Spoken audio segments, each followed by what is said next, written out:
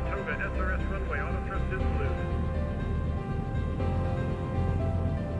80 knots, thrust set.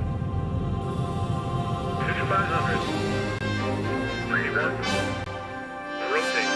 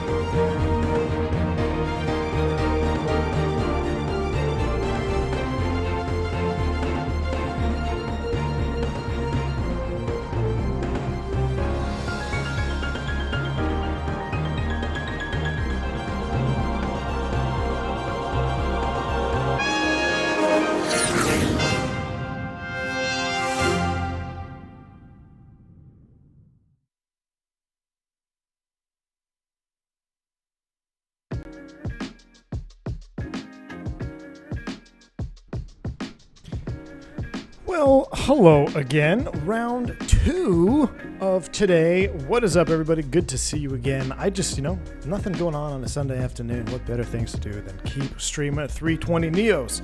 Thank you for tuning in early if you have with the Tolis 320 Neo. Absolutely loved it. It got me thinking, you know what? I haven't been in X-Plane in so long. I was like, well, why don't we jump back into Microsoft today and kind of just get a feel for both sims. It's not a comparison. I talk about X-Plane 12 as being a tool for me, as a sim that I like to use for a tool, and seeing things physically play out aerodynamically and systematically. I wanted to fire up Microsoft in the same day just to kind of get a vibe check, and I kind of like that. What's your vibe check? Because, high vibes are flying Neos. I'm vibe checking both sims today. Now, what is not really cool is I've been sitting here at the gate for about 45 minutes, and literally right before I hit go live, I had this guy decide to spawn in on me. So, what we're going to do, number one, do not be this guy. If you spawn in on somebody that's been sitting there, don't do that. Don't be a basement dweller, all right? Just pick a different gate. We're in Boston. There's 3,276 gates at this airport, so you can pick a different gate to spawn at. Don't be that guy. Easy solution. We're just going to disconnect from that sim until we push back from the gate. We already got a PDC from Boston Ground. Tower's online. Everybody's online. Should be fun. I actually went back to the coffee shop, got a second coffee. I'm ready for round 2. That's perfect timing there with the music. Almost like I planned it. Slam Cannon, good to see you, man. Cosmic Doubloon in the house. What's up, man? Good to see you. Aaron Hastings. I gotta probably stop saying that. Aaron Hastings, what's up, man? Keith B, Tiger Dude, 3535. Statui coming with a $10 super chat. What's up, man? Good to see you. You beauty back for stream number 2. You know what, man? Stream number 2. I'm just feeling the Airbus vibe today. I'm really happy to be flying today. I got just perfect day to stream. Perfect day to stream and sim. So here we go. Good to see you. Thank you so much to Tui for the $10 super chat. Milltown24 with you from sunny Philadelphia. What a great Sunday 2v1 stream. Milltown, cheers to you, man, and cheers to those V1 wings there. You and Slam Canna sporting the wings. Looking so good, man. Awesome stuff. Chaos is also in the house. Chaos, what's up, man? I was in Discord voice, and I was trying to figure out why my audio wasn't working or my microphone, what had happened. I was having an issue with OBS picking up my camera. And when I replugged in my camera, it switched to my OBS camera microphone, so I couldn't talk. And I was like, what the hell is going on here? That's why I was kind of just sitting there muted. But good to see you, Chaos. Welcome back. I know you're going to be liking this stream. This is right up your alley with the Fly-by-Wire. We are on the recent, most up-to-date experimental airplane. The one thing I did forget to do is update the gates on GSX, blah, blah, blah, so we don't have a gate coming over to the airplane, but we'll survive. So, Mike P, good to see you, man. Precedent is set for minimum of 2 streams per day. I don't know if I can do 2 streams per day for a long time, but today we could definitely squeeze one out, man. We could squeeze another stream out today. It's going to be fun. I think we might have to be back in X-Plane tomorrow, or maybe we should fire up the 321 or something. I don't know. We'll have to see what's going on. But this flight's going to be a little bit more laid back. We're going to look at the Leap Neo motors here. Obviously, the inferior motor to the Pratt & Whitney. So let's go ahead and get some catering services over here. We're going to do LSG Sky Chefs, please. We're going to send them over. And we're going to fire up Jarrett Hannon. Thank you for the $5 super chat, man. What's up? Been a while. Just solo today. Jarrett, congrats on the solo, man. That's awesome. You're the second one in a week here. So I've heard of some guys getting their solos in. Congratulations, man. That is fantastic. A day you'll never forget. I remember my solo still. That is a huge milestone, and you only get a first solo one time. So that's really, really cool, Jarrett. Thank you for the support, and congratulations on the solo, man. Okay, dokie. Let's fire up the Fly-by-Wire A320 Neo. We are in this Boston. I forget who makes it. Is it Fly Tampa, Boston? I don't know. There's people walking around in there. I mean, how cool is this? You know, I'm going to try my best not to compare sims because you cannot. The sims do not compete at the same level of what they compete at. You know, airplanes aside, I don't even want to get into that. This sim, though, the immersion. Look at this. I can freaking order from Quiznos Subs or whatever they got in there. If I had a 4090, I bet I could read those menus. So just really, really cool stuff. It is Fly Tampa. Thank you, Mike P. All right, one thing I am really looking forward to, I'm going to boost the sounds right now, is the Bore sound set. That is one thing I will say. The Tola sounds are good. I think they're much improved, and the engine sounds in particular are very nice for the Pratts. But there's always room for improvement, I think, still. And the Bore sounds on the Fly-by-Wire are just, they are chef's kiss, man. They are chef's kiss sound on the Fly-by-Wire. So, not knocking the Tola's 320 sounds because they're actually pretty darn good. I think the exterior sounds actually could use a little bit more tweaking. I think the interior sounds on that 320 were really nice. But, the bar is set here with the Fly-by-Wire as far as sound sets are concerned, in my opinion. You soloed in the recliner last night. LW, what's up, man? Good to see you.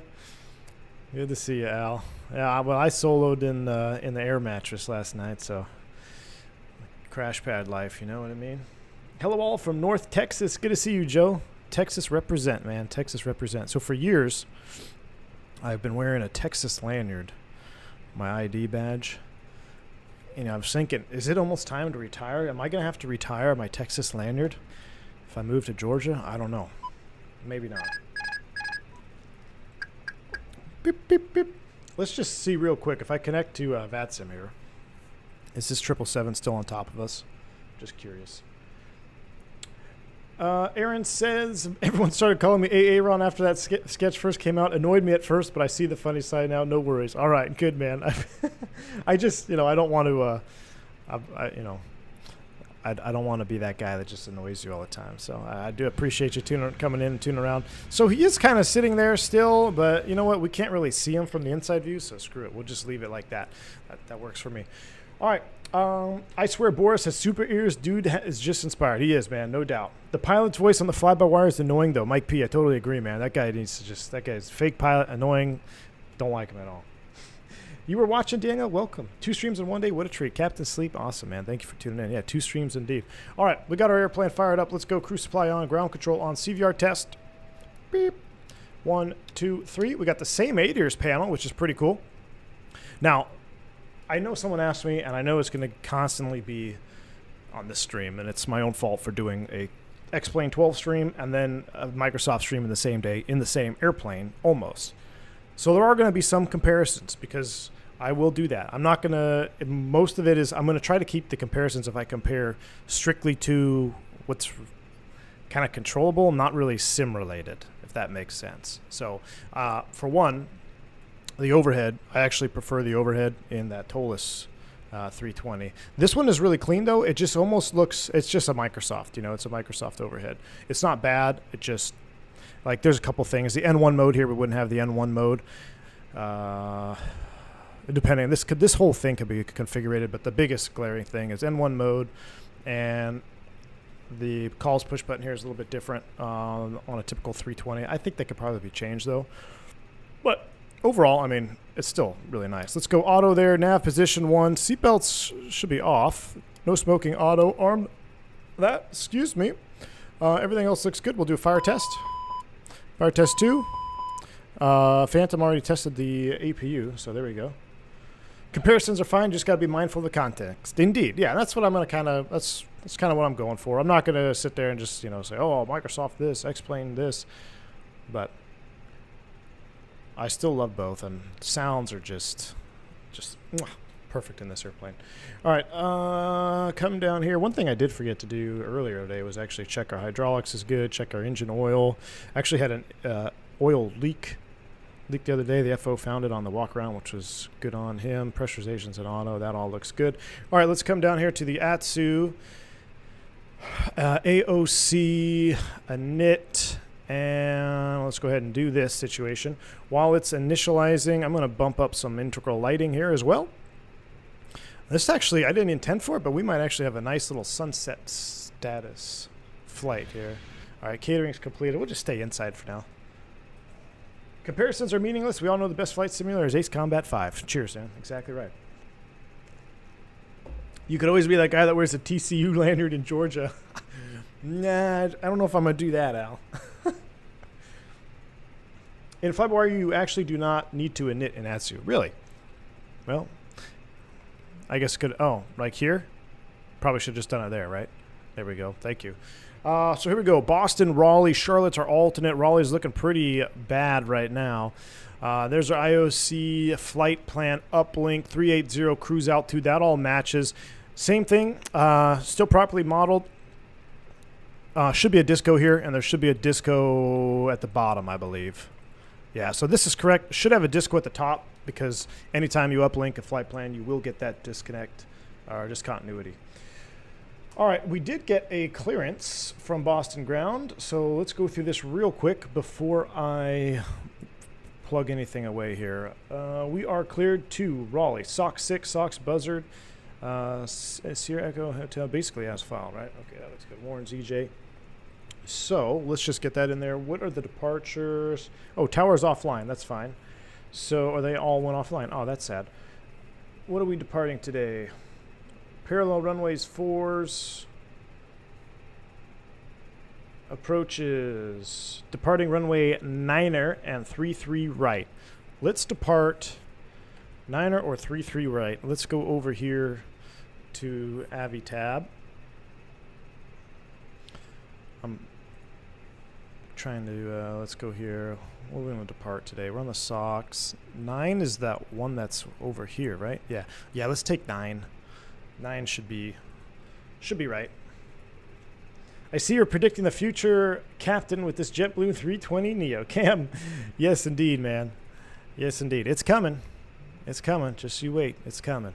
All right, we're number 9, ILS, departure, SOC 6, no transition. Insert that. What do we got? There's the SOCs, buzzard. Let me look at my flight plan here. Yep, SOCs to buzzard, Sea Isle. It's not Sea Isle. Sierra Echo Yankee. It's going to bother me. Someone look up Sierra Echo Yankee. What is that waypoint? It's not Sea Isle. I keep wanting to say Sea Isle. Everything looks good here. Now for Raleigh, this actually could get interesting.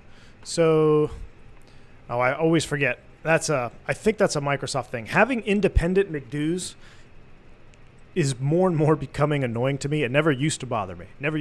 But now that more and more airplanes are doing it, like the Phoenix does it, the Tolis 320 does it, I like having one for ATIS and data link and all that stuff. Small pet peeve of mine. I don't know if that's a sim limitation or whatnot. Maybe something in the future. But I guess I don't know how you got to work. How do you separate them? Have them working at the same time? That seems like it'd be pretty confusing. So let's just do ATIS. Nope, I didn't want to do that. Return. Sorry. AOC. Let's do a weather request. Let's get all of them because it's going to be kind of interesting. It is on the horizon. Says chaos. Cool. That would be nice. Yeah. Honestly, it never used to bother me. And then I'm like, really?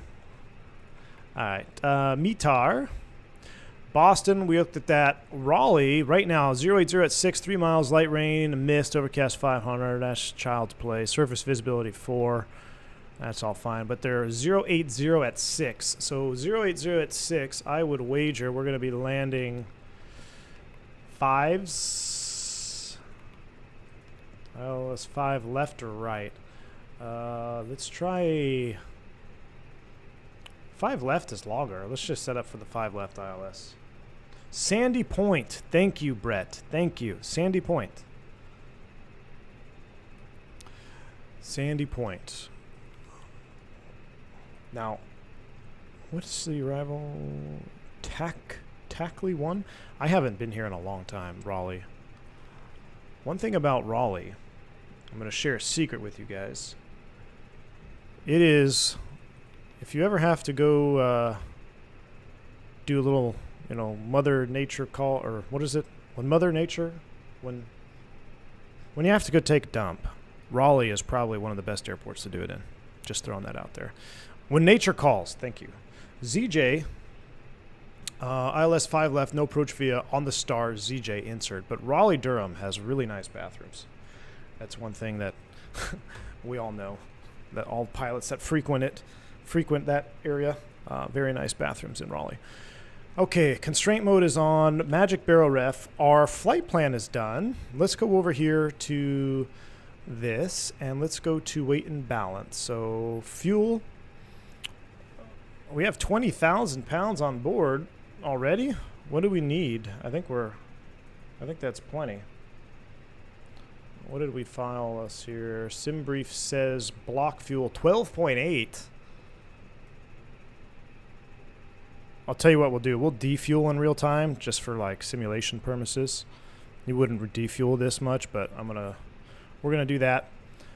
How much fuel do we have on board? Oh no, we actually had less than that. That was just a setting. So 8.6, cool. It's filling up in real time.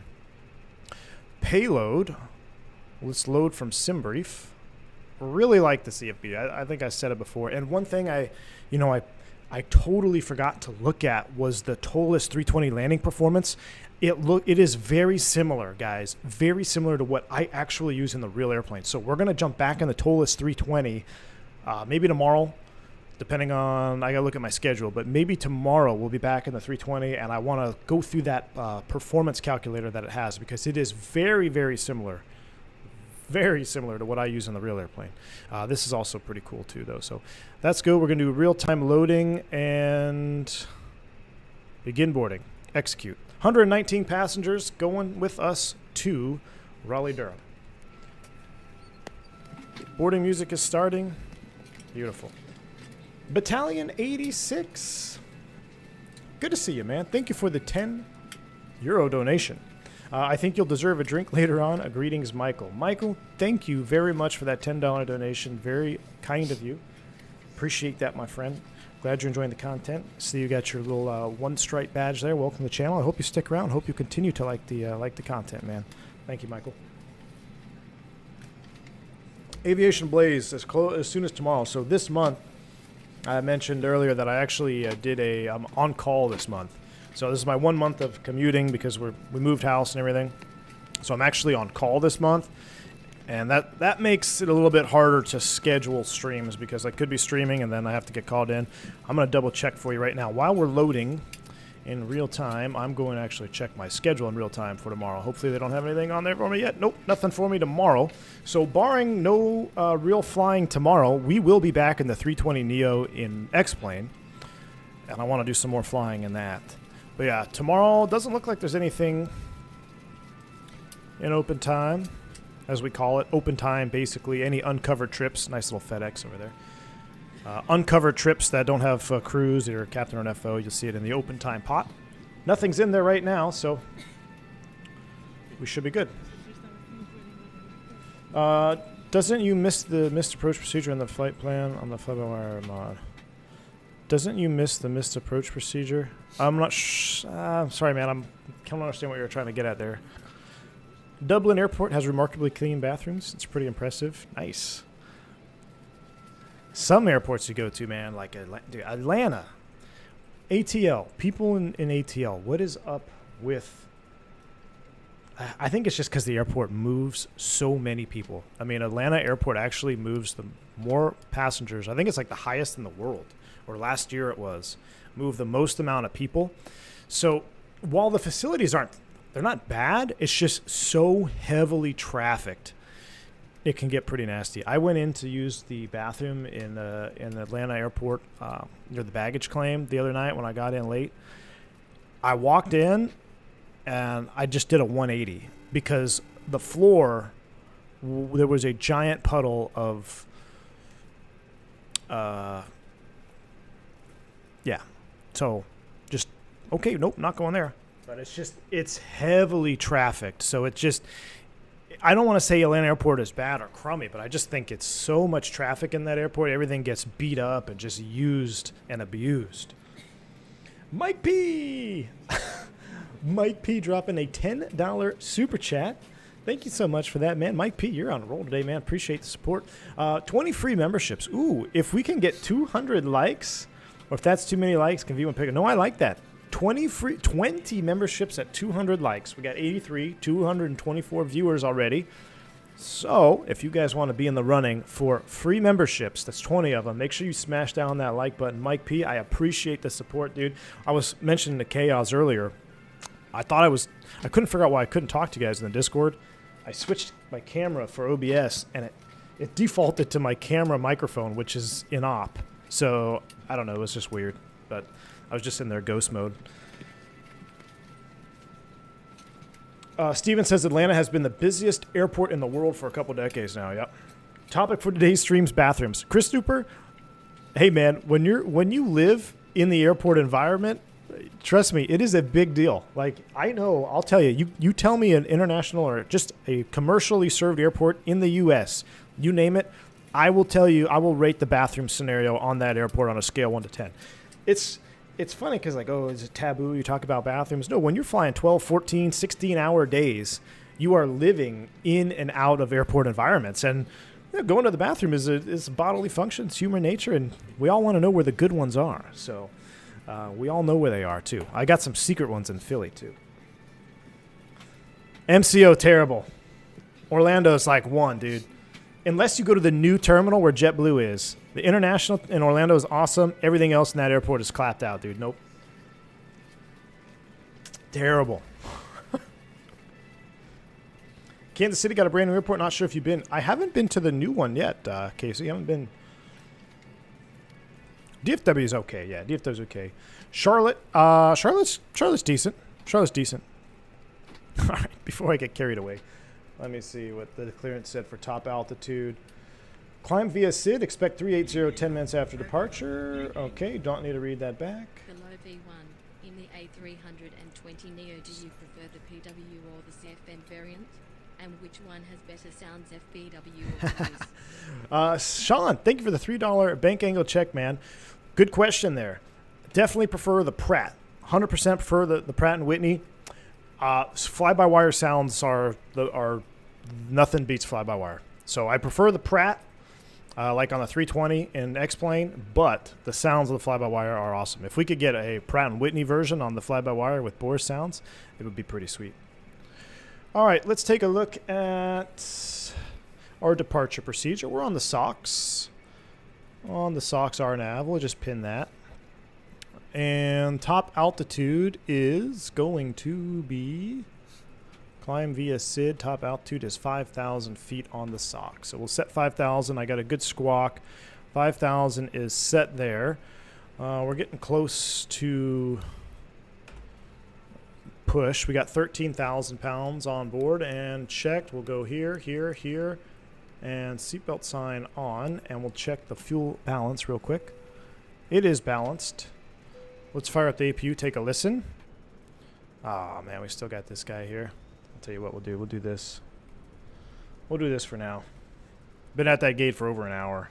It's just like spawns in a minute before the stream. Mad Air, welcome back to Private Pilot, sir. Glad to have you on board, man. Welcome.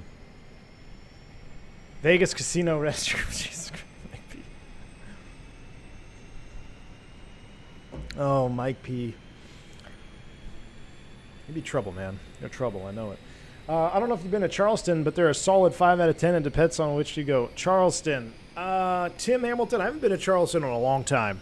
I haven't been to Charleston in a long time, so I'm out of. I'm out. No comment on that one.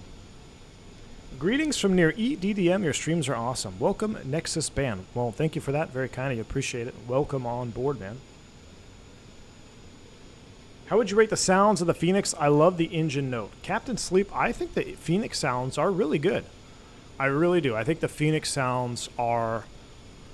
Honestly, they are probably right below the fly-by-wire sounds. I think where the fly-by-wire really shines is the ambient sound that you get. Like, for instance, we'll sit here in a cabin, and you hear the fuel pumps running. You can hear that in the Phoenix too, but you hear all the, the people loading. This is what I would call a full encompassed sound set. I mean, it gives you from announcements, passengers. It really feels like you are flying a live flight. So where Phoenix shines is, the engine sound, the airplane sounds are airplane sounds. It sounds good, but it can leave you feeling a little bit, unless you have like PAC-X or something, like you're flying an empty airplane. So that's where the fly-by-wire is really the pinnacle of sound sets, in my opinion. Houston Bush, give it a 6 out of 10. Yeah, don't get me started on Oakland. Oakland, you know what? I actually haven't been to Oakland in a long time either, so I can't comment. This is not default. This is Fly Tampa Boston. You're at an Avalo base. Mark Lassoff, welcome, man. JJ, good to see you, man. Welcome. Do the pilots really not hear the PTU with talking about sounds? No, Nexus. Ironically, so the other day, I told you yesterday, I did a ferry flight, and even with the door open, you can't hear the PTU. Now, with that said, you can, if you really listen with the door open, you can kind of hear something. And if someone remind me in cruise. I will talk about my PTU experience on a repo flight and about how you can hear the sounds or not hear the sounds. But an everyday closed cockpit door, people on board, no, you can't hear the PTU, you can't hear the flaps, none of that. O'Hare is, you know what, Mohammed? If you're in an area that's not congested, O'Hare isn't terrible. For as busy as O'Hare gets, Mohammed, O'Hare is not terrible.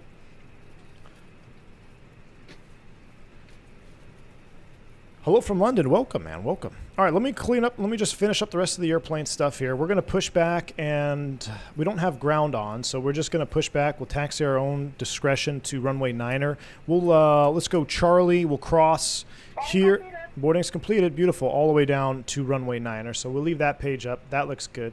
I need to come over here to the payload. They are completed. That's good. Fueling is done. Services are done. So I forget what I have to do. I always have to do something here. Let me just make sure everything else is done in the airplane. We need to get our sounds. We'll come down here, GPS primary. We'll go init B. We'll do this. And then we'll do fuel on board is 13 even. 13 Ladies and even. gentlemen from the flight deck, on behalf of myself, your captain, the first officer, and cabin crew, I'd like to take this time to welcome you aboard our flight. That's what I mean about Just that wrapping pilot up some voice being paperwork annoying. up front here and waiting to receive final numbers from the ground crew, then we'll be on our way. Flight attendants will be coming through the cabin shortly with a very important safety briefing. We do ask that you give them your full, undivided attention as they review the safety operations of this Airbus aircraft. We do appreciate your business having you aboard this flight. If there's anything we do to make your flight any more enjoyable, please don't hesitate to ask. Welcome aboard. Yeah, that pilot sucks. But that's what I'm talking about, an encompassing sound set. Like you are, I feel like, okay, I got to get boardings completed. They're waiting on me now. Like the airplane is waiting on me to go. So let's finish up everything else here. I want to get the perf done, and then we're going to push off the gate. 29 minutes extra gas, beautiful. Let's do this. Do I do this? Format air. I forget how to do this now. Rip. MIGs. Uh-oh. I didn't think I'd get a best bathroom list as a membership perk. That's going above and beyond incredible. Mix, thank you so much, man, for the $7 super chat, dude. Appreciate you. Very kind of you, man. Yes. Hey, that's just the surprises here at the V1 channel, man. You know, I got to keep you all on your toes. Got to keep you on your toes. Okay, I know there is something here that I do. Performance. Oh, I got to set flaps first? Okay. This is landing, top of descent. All right, so I guess everything else is fine. So let's do this. We'll pull wheel chocks. Safety cones? I don't know. I forget it. I know what will work. Let's get the beacon light on. We'll turn that off. We'll get the bleed on. Flight attendants, arm doors, and cross-check. All right. We'll do this after start then. And then we will prepare for pushback and departure. J6R. Hello, my friend. Welcome to the stream. Nice wings you got there. Looking good, man. Welcome on board. Now watch this. Watch this. You see that? Tell me another add-on that has that level of detail for sounds. Just name one. I'll be waiting. You won't be able to. I know my camera's kind of wonky on the Throttletek cam, but we got to do what we got to do. All right, he's down there getting ready for push, but you hear how like I closed the door and then that muted the sounds, and then if I go back here, Wrap the strap around your waist. pretty sweet. All right, so they're getting ready to push us back. Beacon is on. All right, before start check, this windows, doors, and slides, closing arm, beacon on, thrust levers idle, parking brake is on. Before start checklist is complete, we're going to put this on for VATSIM purposes, even though we haven't. We'll connect as soon as we push back.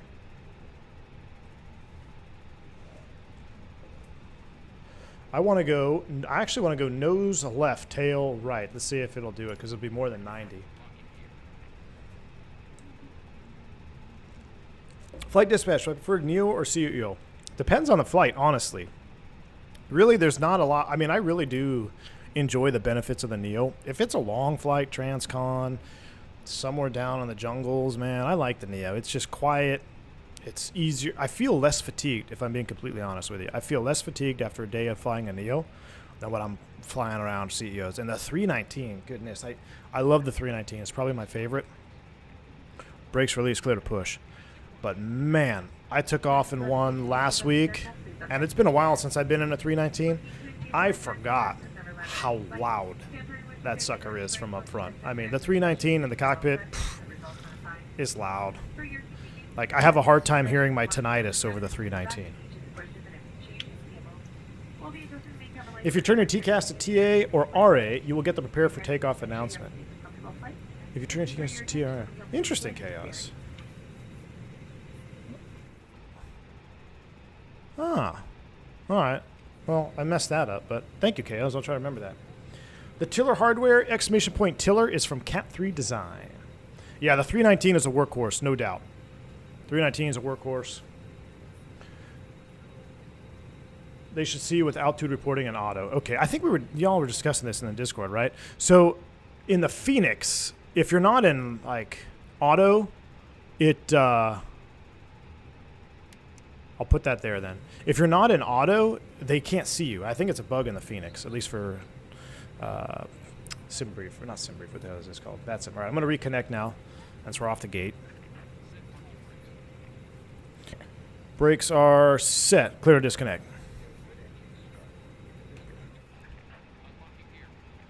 All right, we're going to turn engine 1. This is the best part of the stream. Always will be. Engine start up in the fly-by-wire. Oh, tinnitus. I haven't heard crickets in decades. LW, I'm getting there, man. I tell you what. I'm getting there.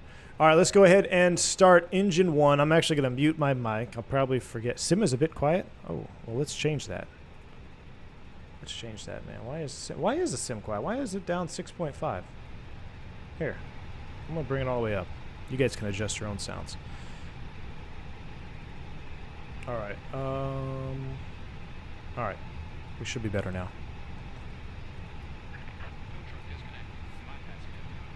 I think what's quiet is GSX. I have the volume way down on that. All right. Here we go. Best sounds in the world, in the sim world. Here we go. Turning engine 1, muting my microphone. Enjoy. Listen to the bleeds cut out. Oh my goodness. All right, I'm going to shut up.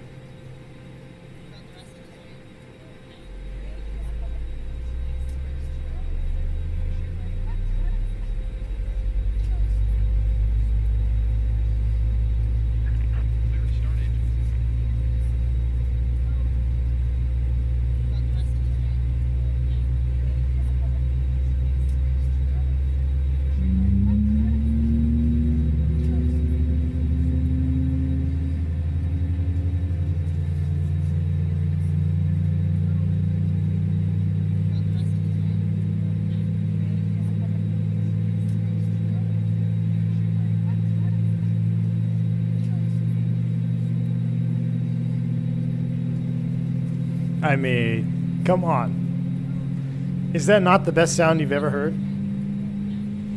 Oh, look, and we got a little turboprop taking off. Smash down that like button if you like that sound. Smash down that like button if you like that sound. And if we hit 200 likes before takeoff, Mike P said he's going to gift 20 sub memberships if you hit 200 likes before takeoff. Wow. All right, let's go ahead and let's start number 2. We'll do a 2-engine taxi out, short taxi. Turning 2. Oh, PTU going off.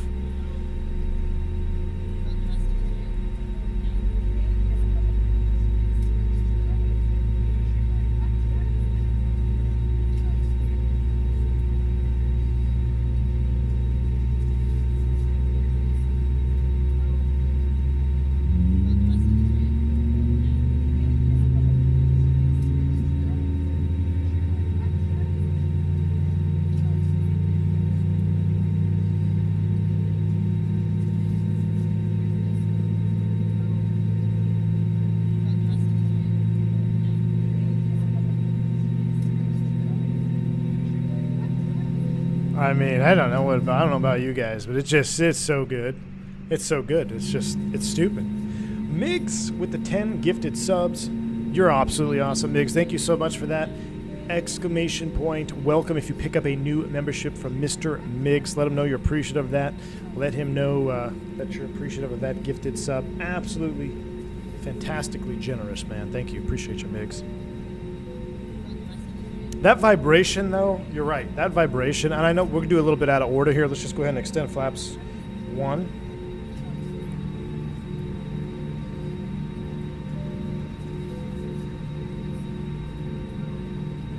I love it. So we were talking about, comparisons and what we can compare and whatnot. Now, this is the Microsoft model, right? The Azobo model.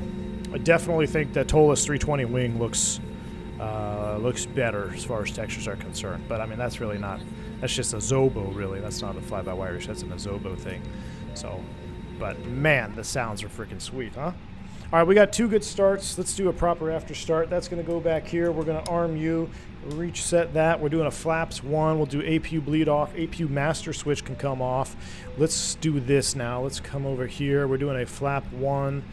And now will it do it? Yes, 127, 128, 132. We'll do a Toga takeoff because I'm feeling like, why not? We always do Toga takeoffs here. 5,000 is set. Let's see. Approach is online, so we'll probably contact them for departure. That's 33.0. We'll set 133.0 here. And we'll leave 122.8 ready to go. 133.0 is set for departure. And it's a short taxi out. Let's do everything right now. Let's do a flight control check. Full up, full down, neutral, full left, full right, neutral, rudder. Now you see this button actually I don't think will work. Full left, full right, neutral. Boston approach. Oh, here we go. He got me another message here. Sox Buzzard, Sandy Point, same thing. Climb via SID. Expect 380, 10 minutes departure, 33, squawk 3437. Is that a different squawk? 3437, that's what we got. Contact Boston approach with location on airport and current ATIS when ready to push, or if you have questions regarding the clearance. All right, well, we already pushed, but we won't tell him that. So we'll call him. Now, real quick, though, so look at the flight control movement. Look how fast. Look how fast the elevator comes up. What I need to do is I need to do a side-by-side comparison of the TOLUS and this. I feel like this is faster than the TOLUS, and I feel like the TOLUS was a little bit more realistic. Rudder's not bad here. Rudder seems pretty realistic, but it seems like they move pretty quick. Like, look how fast that goes nose down. So I don't know if that can be tweaked, or I don't even know if that's. I'm gonna have to do a side-by-side comparison of that. But that's just one thing I really noticed in the TOLUS. I felt that the movement of the flight controls were a little bit more realistic. All right, auto brakes are max. We'll do a takeoff config check. We'll do that's on, that's auto. We'll stand by on that. They should see us in auto reporting, right? And cabin signs, we'll get that in a minute. We'll call them right now since we're on the ground. So let's just do that. Where do we push off of? Runway 9er via Charlie, Bravo, Kilo, Mike, cross runway 9er at Kilo, Delta 23. And cross runway 4 left at Kilo. Cross runway 4 left at Kilo, Delta 23. We're on Alpha short of Charlie. We'll just call EPS 91 heavy, runway 9er clear for takeoff. Clear for takeoff, runway 9, EPS 91 heavy. Delta 2284, runway 9er, landing for weight caution, make turbulence, departing 767. Oh yeah, love myself some VATSIM. Runway 9er, line up and wait, Delta 2284. I missed VATSIM. All right, what was the ATIS code? Sierra Bravo 2109er, runway 11 clear to land. No, I missed my opportunity.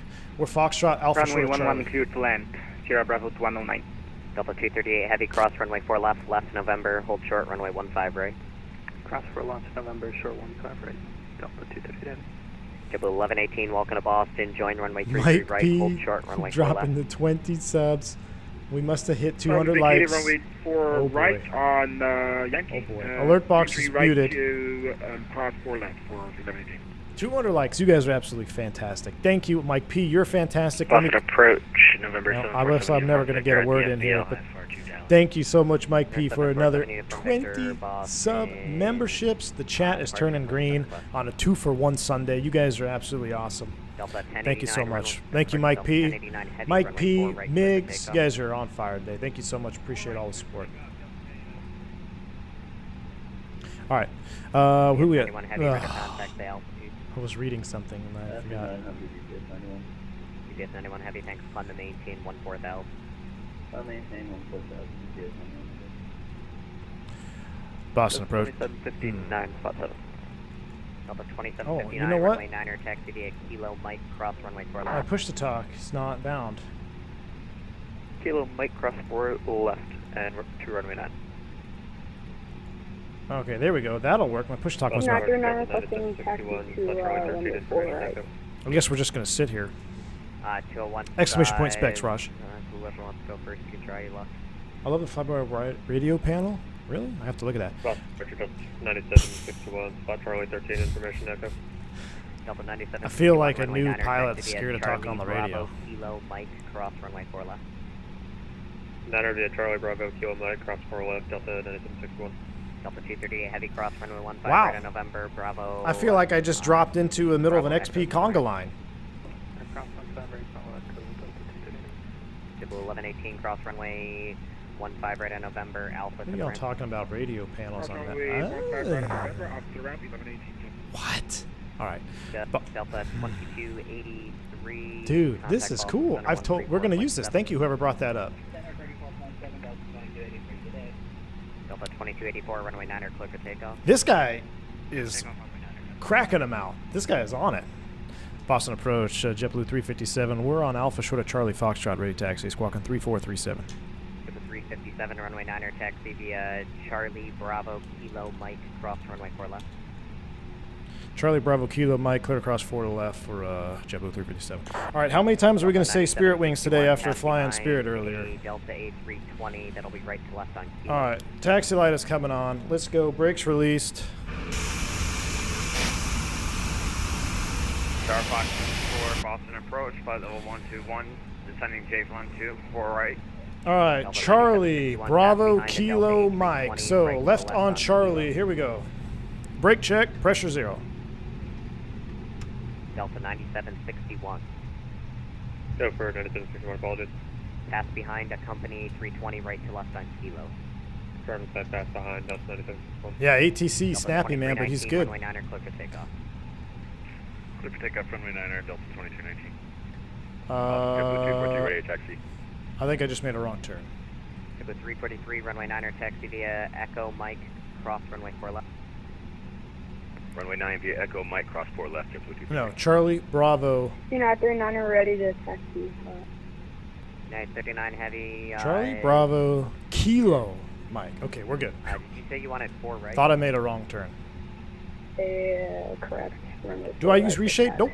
This is a default Microsoft Flight Simulator with the Flight Tampa Boston. Pass behind accompany 320, that'll be right to left on Echo. We'll give way to the 320 on Echo, JetBlue 357. Afternoon Boston approach, Star Fox 64. There he is. 10,000 feet. I mean, I feel like we're in real life. Boston This is cool. Center, I missed a little VATSIM action. I need to turn on some juice over here. Let's get a little flood juice going on. 3005 the altimeter. There we go. A little flood juice. Delta 2759, runway We'll give way to this guy. Runway 9er, line of way, turn at 59. Delta 20. Is it Flight? It is Flight Tampa Boston, right? That's what this is. It is Flight Tampa. Yeah, Flight Tampa is the developer, Alexander, of this airport. Flight Tampa Boston. This is the latest experimental, Randy. Yes, this is I updated it about an hour ago. So the latest and greatest experimental fly-by-wire. All right, so we are supposed to go to Kilo, which is one more. Gate Charlie 17. So we're going to go Kilo, cross, Mike, and we are clear to cross. And I'll show you my shorthand. That's what I wrote down. So I know I'm not on centerline, but I mean, yeah, I've been taxiing on centerline all day yesterday. I can do a little bit of off centerline today. It's just so hard without track IR and the click and drag bug. Until I get a mouse that I can bind the mouse wheel. Man, these ground textures are straight out of real life, though.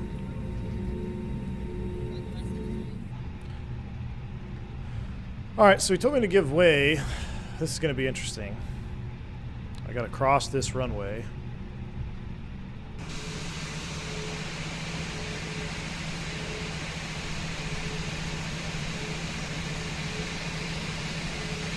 Try to clear the tail. There we go. I'm going to stop here in case he wants to let that other guy go first, in case he's got a release time. So that's set. We'll set the brakes. And W333 contact ground 121.9. Charlie Bravo Mike, cleared across 4 left. So that's where we're going. I was told to give way to this guy. Ooh, IAE engines. Contact ground 121. Love that IAE 320 right there. That's you, Mike? I won't cut you off. You better pull up, though. Boston ground, distance citation 169. Is the speed brake armed when pulling up or pushed in? You pull up to arm the speed brake. In real life, with the Throttletek, you push down. This acts as a push button, a momentary push button.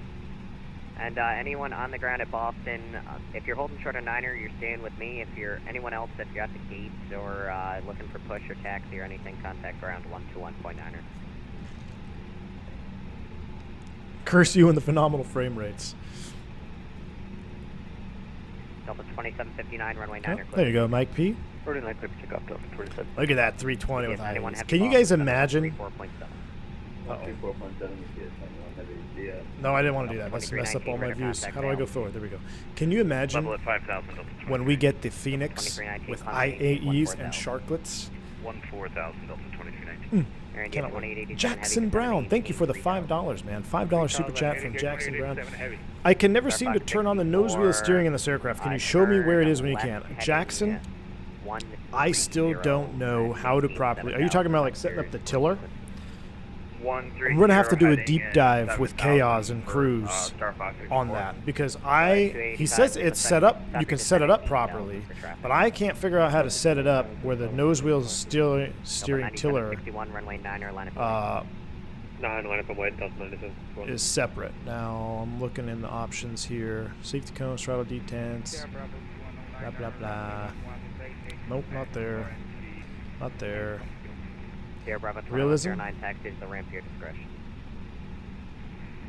Separate. Here we go. This is what you're probably looking for, Jackson. I have the tiller set up. It works in the i9-310 and up with fly-by-wire.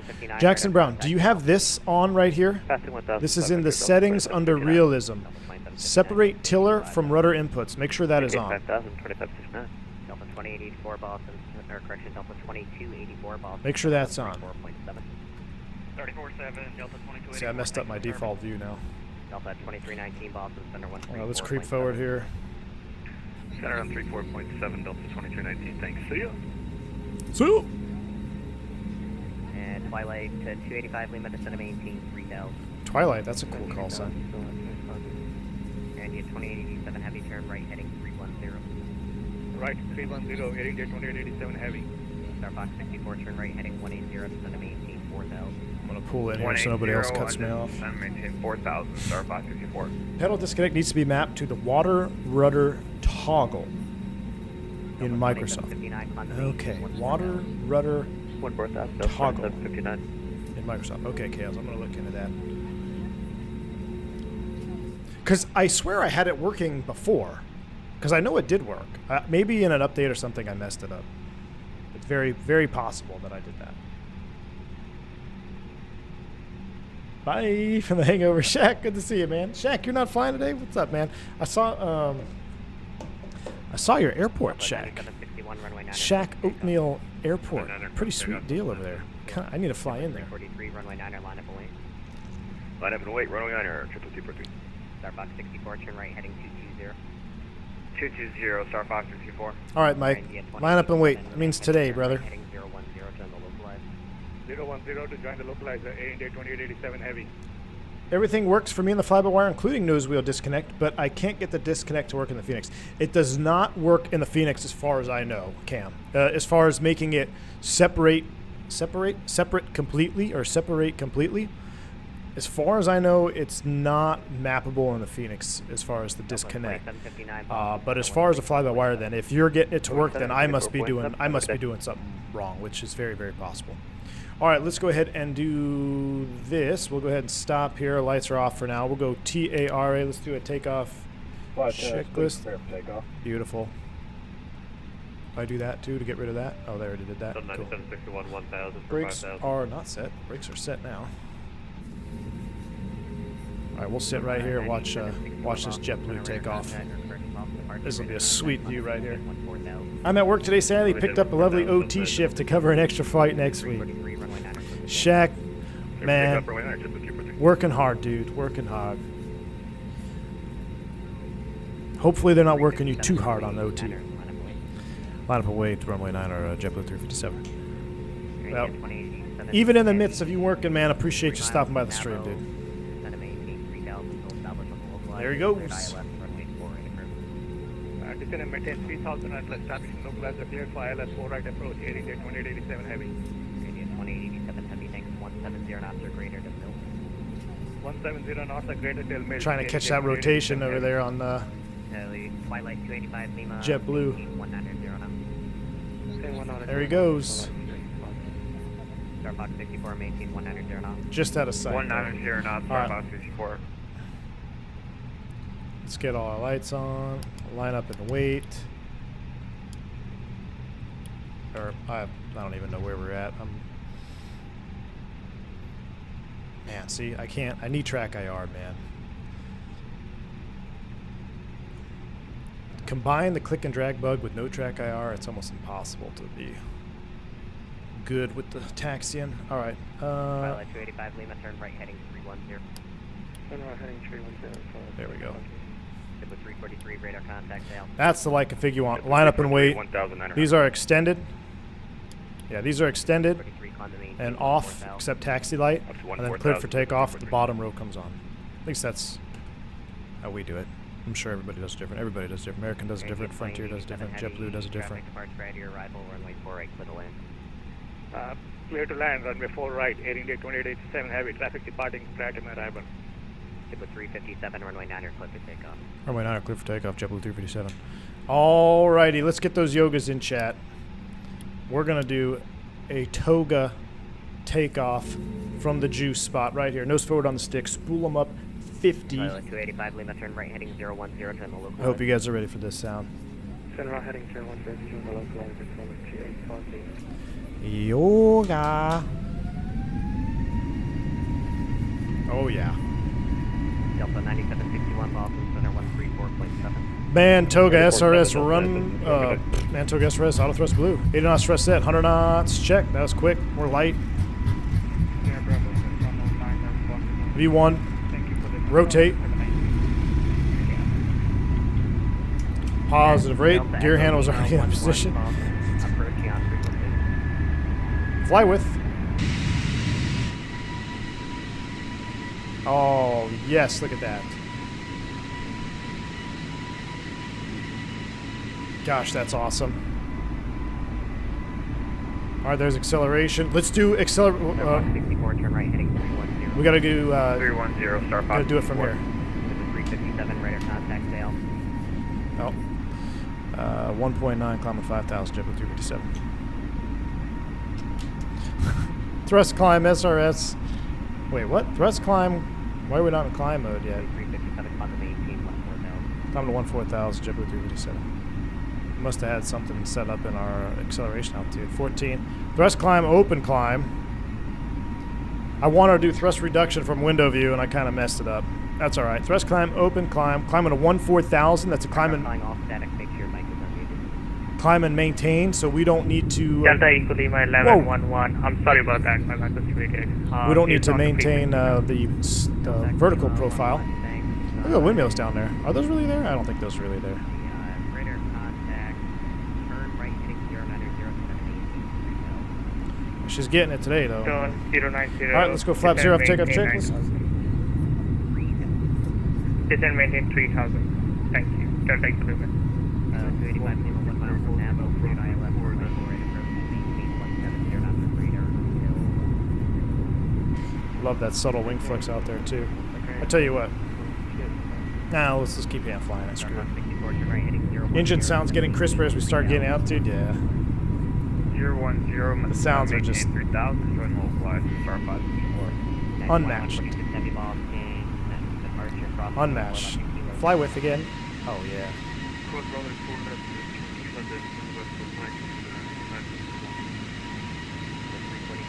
That is just nice.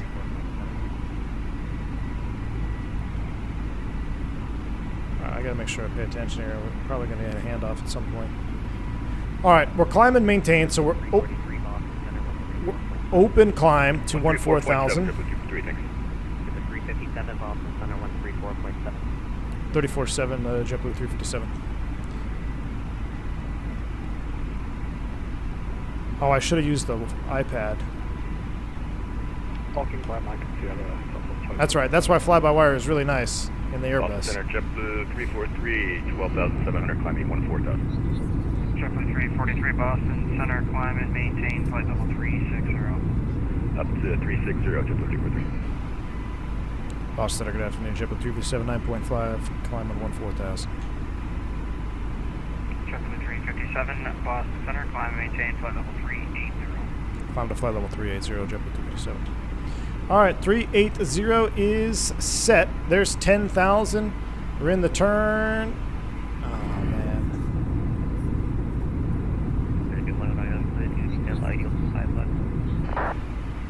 Couldn't hear us. American 109, descend to via the Ocean 5 All right, arrival, 10,000 runway 48 feet. to Boston, altimeter is 3005. Like standby, the time was arrival on a full lake down to the 305 and At a 414, descend and maintain flight level 240. Just to maintain full level 240. Beautiful. Is the alert box off? Uh-oh, it is. What did I miss? I blame Mike P and Callie Simmer and Miggs and everyone that's being so generous. I blame you for missing. What did I miss? We're going to level off, or not level. We're going to straighten her out here. We'll go autopilot 1. We'll go full screen cam as we settle in for the climb cruise. I'm going to jump over here to the window view again. This is just an amazing departure view. Turn down the sim just a tad. Let me get back to what I missed. I apologize for that. I was really engrossed in that departure. That was cool. The combination of the air traffic, ATC, the visuals, I was really, really immersed in that. All right, what did I miss here? Crow, I sure did. Crow, I'm sorry, my friend. I missed a bank angle check from you. Thank you for the $5 bank angle check, Crow. Says, do you ever find yourself driving like you taxi? Taxi to Atlanta via I-30, turn right on 80 and straight ahead on 20, give way to the company Tacoma at the end of the street. Crow, I do. I actually do, and my wife has picked up on it as well. So anytime we cross a runway or make a turn on anytime you make a turn on a taxiway, clear left, clear right. So I say that to my wife, like we'll come up to a stop sign if she's driving, be like, clear right, and she goes, and then she'll do the same to me. Or if like we're crossing a road, be like, all right, clear right, clear across, clear left, clear across. So she says she's got the verbatim down as well. Yes, we do say that when we're driving around. It's kind of funny. It's kind of funny, man. Alberto D, good to see you. But thanks again, Crow. Sorry I missed your bank angle check, man. I had the alert box off because you guys are just too generous and all the alerts were going off. But appreciate you, man. November 7. Yeah, Alberto, we're getting in the JetBlue ops today, man. 10,000. Oh yeah, in the turn. See, I really like that. This part on the Tolus was really nicely textured. You had like all the rivets and stuff. This is just a little too clean, but again, that's just a Zobo.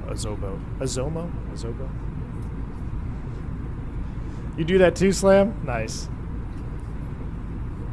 There's one stop sign leaving our new house that you really cannot see to the right. It's a left turn. If you make a left turn out, you really cannot see to the right because it's almost, I'd say it's like 120 degrees behind your right shoulder. And we rolled up and I said, clear right. She's like, I don't trust you. And yeah, there was definitely a car coming. So make sure you actually do verify. All right, there's 18. We're going to go standard 1, 2, and 3. Standards are set. Passing 19.2 for 380. Well, JetBlue ops never hurt anybody. I don't know why, but hearing JetBlue just reminds me of the lav water. It does. The blue juice, Crow. The blue juice.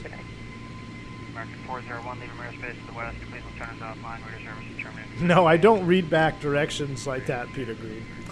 But Roger, yeah, we do throw some of the lingo around for sure. Do you copy? Over. DFW Sprouter, is my CFI still current? Yes, it is. I actually have to renew it this year. Do you think the Phoenix is better textured than the Tolus? Yes. Yeah, I do. The Phoenix, from what I understand, is it's like 3D scanned, right? So I mean, it's pretty darn like solid. There are some it's very rare to find some low res areas. If you look around on the Tolus, I think on the exterior is way better than it used to be. But there are still some just a little low res areas. But honestly, what I'm most impressed about is the cockpit and the improvements that they made on the cockpit, because the cockpit was a huge turnoff. When you started flying airplanes like the Phoenix in Microsoft, if you were flying both sims together, the older version like the 319, a 321 on X-Plane 12, they just didn't. The difference was so big that it was kind of a turnoff. But now with the new cockpit, you know, if you're still really heavily invested in X-Plane, I think you're going to be really happy with the cockpit. What's your aircraft type? A320. RVSM check. What am I not? What's wrong with my RVSM? We're good. We're fine. And JetBlue 2166, are you able to Roebuck 3 arrival into Boston? No. A from I believe Roebuck 3. This actually might turn out to be a really nice flight with the sunset here. And you can expect a roebuck to Can you just fly faster than CEOs? No, just fuel efficiency. They got the same MMO, VMO. So they got the same speed limits, same... And JetBlue 2166, descend and maintain. Yeah, they're the same descend and maintain flight level 210. low speed as well, like stall speeds. It's all based on weight. I don't know... Actually don't know if the stall speeds, depending on weight, that would be an interesting thing to look at, like at a specific weight. Stall speed and clean and both. I wonder if it's different, because it is a different engine. So there might be a little bit different lift property. But I mean, the difference would be so small, you're probably talking just a couple different knots. But as far as max speed, no, it's the same. Good variety of weather on this route. Yeah, Slam. Yeah, which should be pretty nice on this part of our flight, and then it's really going to deteriorate as we get towards Raleigh. JetBlue 357, maintain flight level 280 for sequence. All right, we'll stop the climb, flight level 280, JetBlue 357. All right, 280, that was within 1,000 feet, so you always want to, let's monitor that here. You want to make sure it will outstar here at 28. Be ready to hit push to level off if it doesn't. There we go, speed alt star. So it did capture just like it would in real life. But whenever you get an altitude change and you're within 1,000 feet, you just doubly want to make sure that it will capture. All right, we're leveling at 2.8 intermittently here. We'll go back to the flight plan page. Everything is looking good out the window there. We'll keep the seatbelt sign on just for a little bit longer. Can we request climb? 2146, climb and maintain flight level 220. Oh, wow, there we go. Look at that shot. I guess we got to get some exterior views here before it gets too cloudy. Jackson Brown, thank you for the $5 super chat. Did I miss that again? Back. I don't know how I missed that. Jackson Brown, thank you for the $5 super chat, dude. What is your favorite scenic approach? I did runway 12 at Oakland, flying over the Bay Bridge, and San Fran was spectacular. That is a good one, Jackson Brown. If you like, you know, the Bay Area, you get to see the Golden Gate and all that. It is. 389, contact Boston approach 133.0. Yeah, I mean, it is beautiful out there, no doubt. A couple other notable favorites would be Portland, Maine. Harbor Visual, Portland, Maine. I always bring that one up. You know, DC, River Visual, that one's very common. Everybody loves that approach. It's pretty famous. But honestly, I think the Portland, Maine one is a little bit better looking than the DC. But the DC one is probably, I don't know if it's more challenging to fly. They're just different. I like the Harbor Visual in Portland, Maine, though, because you're literally just like, all right, hit the island, hit that island, and then follow the water. And you don't have to worry about being shot down in Portland, Maine. It's just for airspace. So that one's pretty good. 343, maintain Mach 0.80, Mach 80, Got to go see Skinner tonight. A 310 flyer. That sounds awesome, man. Take it easy. 7.8 or less for JetBlue 357. Mike P, what are you doing around up there? You flying at like 7.8? I'm doing 7.8 or less. We'll give him 7.7 for right now. What are you flying up there, Mike P? A freaking King Air? Expressway Visual 3-1 LaGuardia. That one is nice. Honestly, Matt, probably the reason why I didn't mention that is because in real life, when you're doing the Expressway 3-1 or anything in LaGuardia or Kennedy, it's so busy and so hectic that you're so focused on just being on speed and on altitude, because there's really not a lot of wiggle room. And not that there's wiggle room in any of these other approaches, especially DC, but it's typically just a very congested area, and New York controllers are always like, they really get pissed off if you mess up. So you're so focused on flying, you're not really enjoying the sights as much. The Portland, Maine Harbor Visual, that one you just enjoy the sights, because if you mess up, you're right. I mean, you probably have to go around, but yeah, you just put that sucker, hit the island, and then go up the river, and you see all the boats down there, and it's really neat. No stress. It's a much less stress. Not being shot down makes Portland a winner in my book. Yes. Do I think the fly-by-wire is better than the Tola 320 Neo? We're going to get this question all stream. I'm going to try to keep answering it, but I'm going to try to keep it short. There are things, when you just look at the airplanes themselves, there are things that they do, both that they do well, and some do things that the other one doesn't do. Now, the TOLUS, in its current state, is much more, how should I say,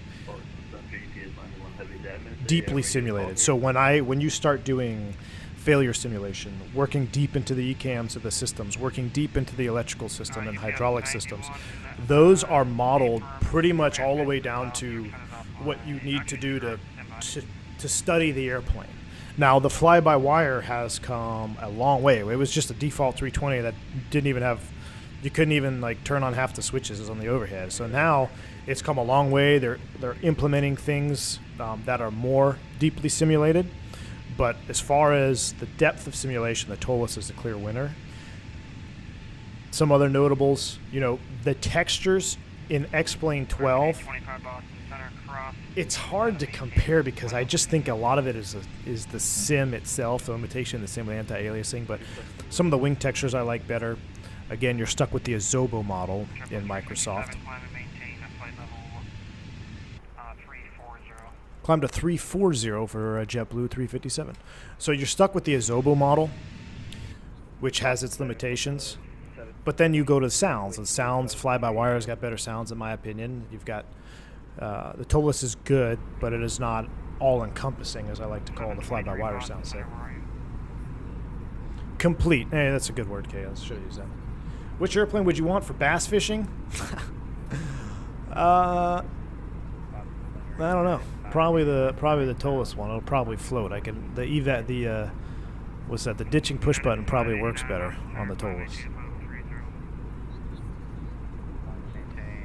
Really not a comparison. The fly-by-wire is a freeware package. Correct. Still worked and tweaked. Relies on the Azobo physical model. Yeah, I think that might be the largest or the biggest complaint that I hear.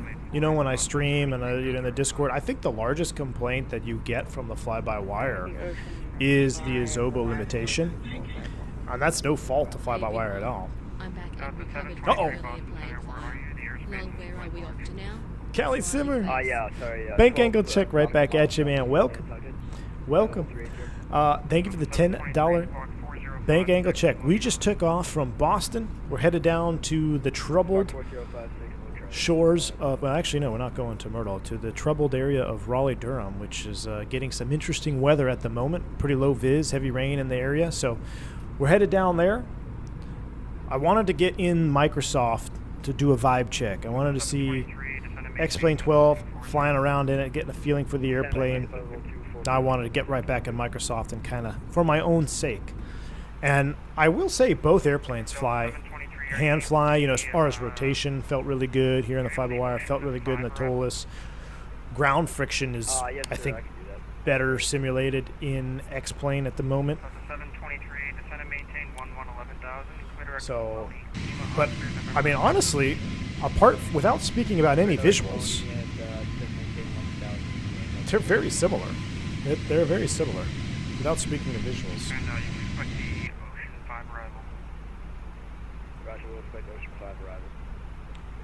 Hope the dog, what's up, man? I love the plane model. Nice.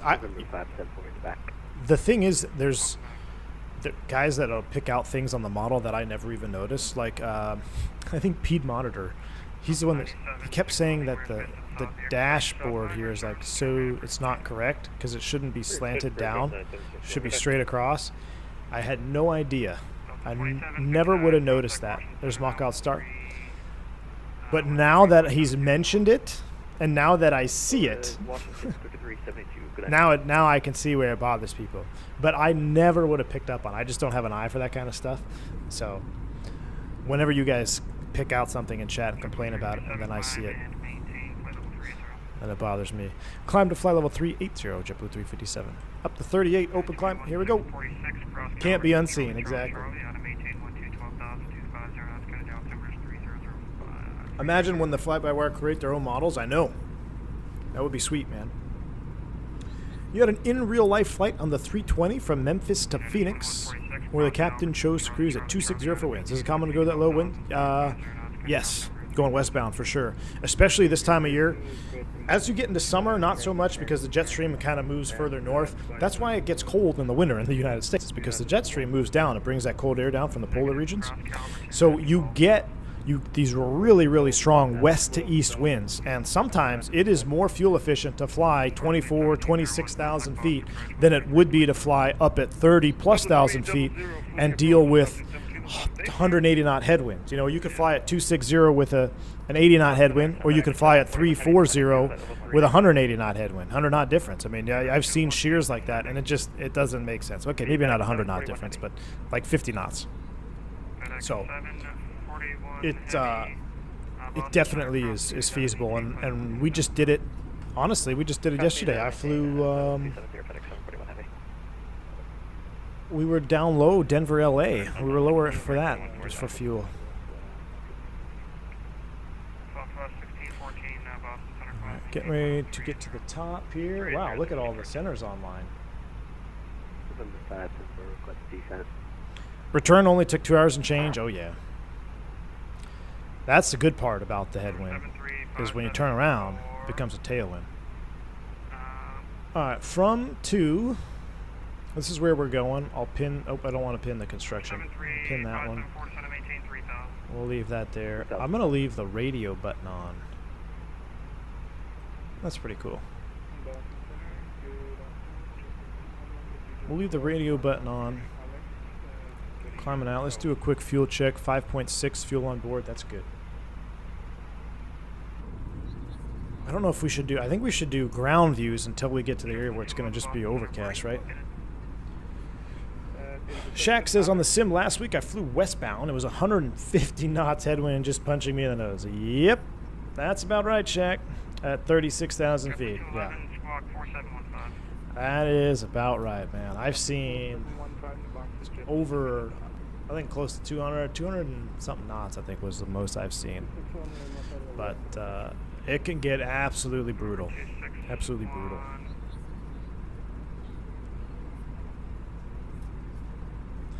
Steven, you would think that every time you went east it would be short, but I swear, it never seems to work that way. So I flew, this was probably back in December or November. We went Chicago, LA, and then LA, was it Chicago, LA? So the 723, just confirm. Maybe it was, I think it was Dallas, LA, and then LA, Chicago, or somewhere out that way. And the way the winds were, we were direct headwind, 150 knots, 160 knots on the way to LA.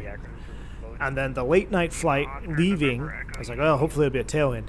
It wasn't the same. It was actually a direct crosswind with a little bit of headwind, just because as you went northbound, I mean, you're only going northbound maybe 100 miles from your track that you flew to LA. But you're a little bit north of that now because you're going northbound.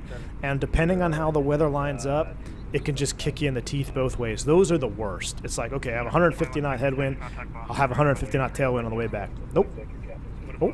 Just reach your cruise altitude for the flight. As it begins to settle in, I do want to remind you to please keep your seat elbows clear from the aisle as the flight attendants will be coming through the cabin with galley cards shortly. Also, one more reminder to please refrain from congregating in the front galley of the flight deck during the safety. Thank you. Cruising altitude has been reached, ladies and gentlemen. Flight level 380. 7.8 or less is what he gave us. So we'll accelerate to 7.8. What is our cost index cruise speed?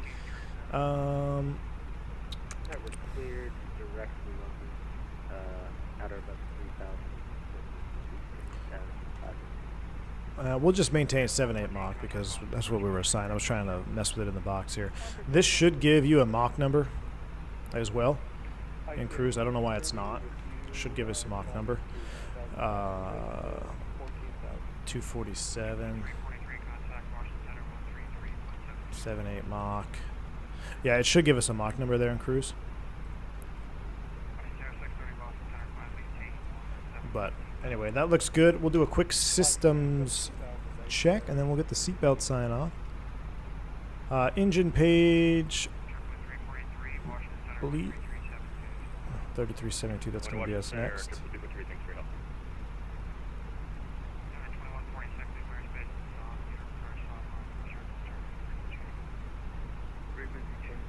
One 3372 will be our next freak.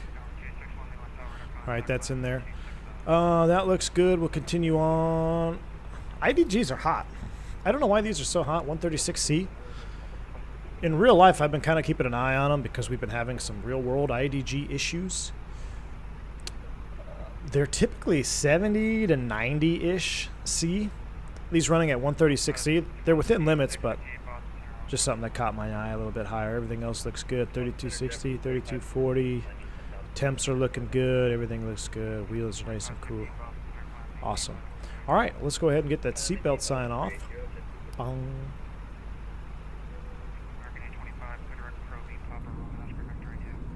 Keep scrolling the RMP when he has the NE. Dang it! I forgot, Chaos. I forgot. I gotta use that thing.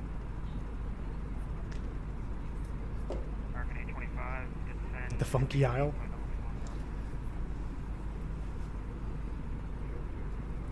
If you're doing transcons, for example, JFK LA, would that be a 1 sector, 2 sector? So I think the word sector, either it's just not at my airline, or I've never really heard it be called sectors in the U.S. I think that's a European thing. We just call them legs. So JFK LA, we just call that one leg. That's just one leg day. But that just might be a culture thing. It's the same. They mean the same thing. But yeah, that's one leg. JFK LA, one leg. I saw an in real life video 30 minutes ago about a 380 coming into LA. Due to the fog, this monster plane descending through it looks like straight out of a movie. It's so impressive. Oh, I bet, dude. The fog has been pretty wild there in LA. But I mean, I was there yesterday. I saw that too. But yeah, I bet that looks sweet coming out of the video with the vortices and everything else. You can really see the aerodynamics in motion when it's foggy like that. It's pretty cool. Post a link in the Discord, man. I'll have to watch it. Would you buy the candle that smells like Jet A? Are you guys, like, hacking my computer or something? Because I'm getting these candles that smell like Jet A advertisements all over my Facebook and, like, all over my social media stuff. Like, I never in my life looked up candles that smell like Jet A, but I just have advertisements, all like multiples. Oh, candle smells like Jet A1. 3372. Have a good one, JetBlue 357. All right, Chaos. I'm gonna do it. What do I do? Set active. Oh, that's cheating.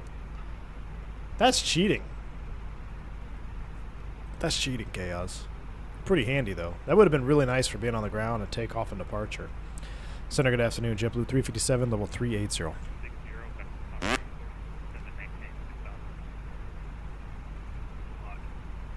American 800, fly heading 360, center maintain 6000. Oh, you want to take a picture video, but you couldn't. Oh, you were driving. I gotcha. Center, good afternoon. JetBlue 357, level 380.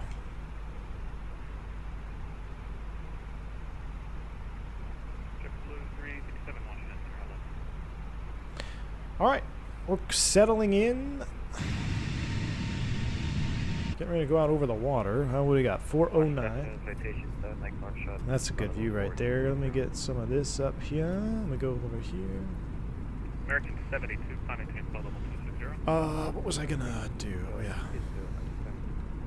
Sky was 1527, maintain 210. Try giving one of those to your wife. 210 Northwest, it's going to maintain 3000, Southwest Hope everything is 1527. going good with you. Southwest Since 28, you moved to Georgia, what's your new base if it's not Dallas? Vita, good to see you, man. Good to see you, dude. Thank you for the $3 bank check. It'll be ATL, man.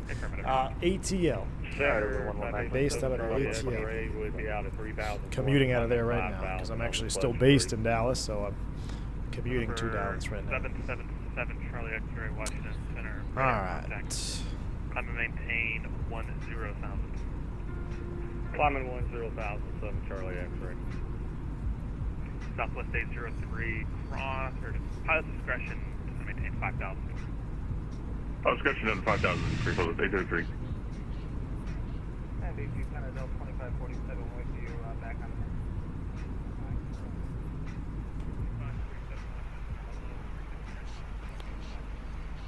Alright, that looks fine. Okay, there we go. We'll go to this wing view for now for a little bit.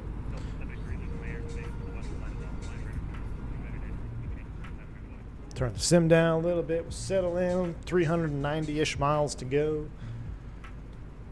Lauren, V2500. Welcome.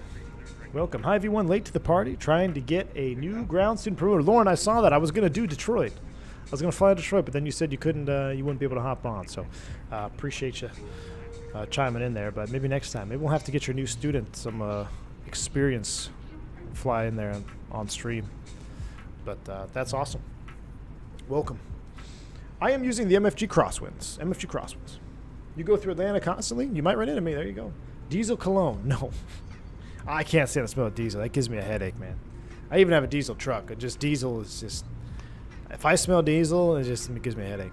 But jet fuel, I mean, I do like the smell of it. Zimero, man. Good to see you. Got me S3, but can't do Detroit approach just yet. Few more lessons for that. All right.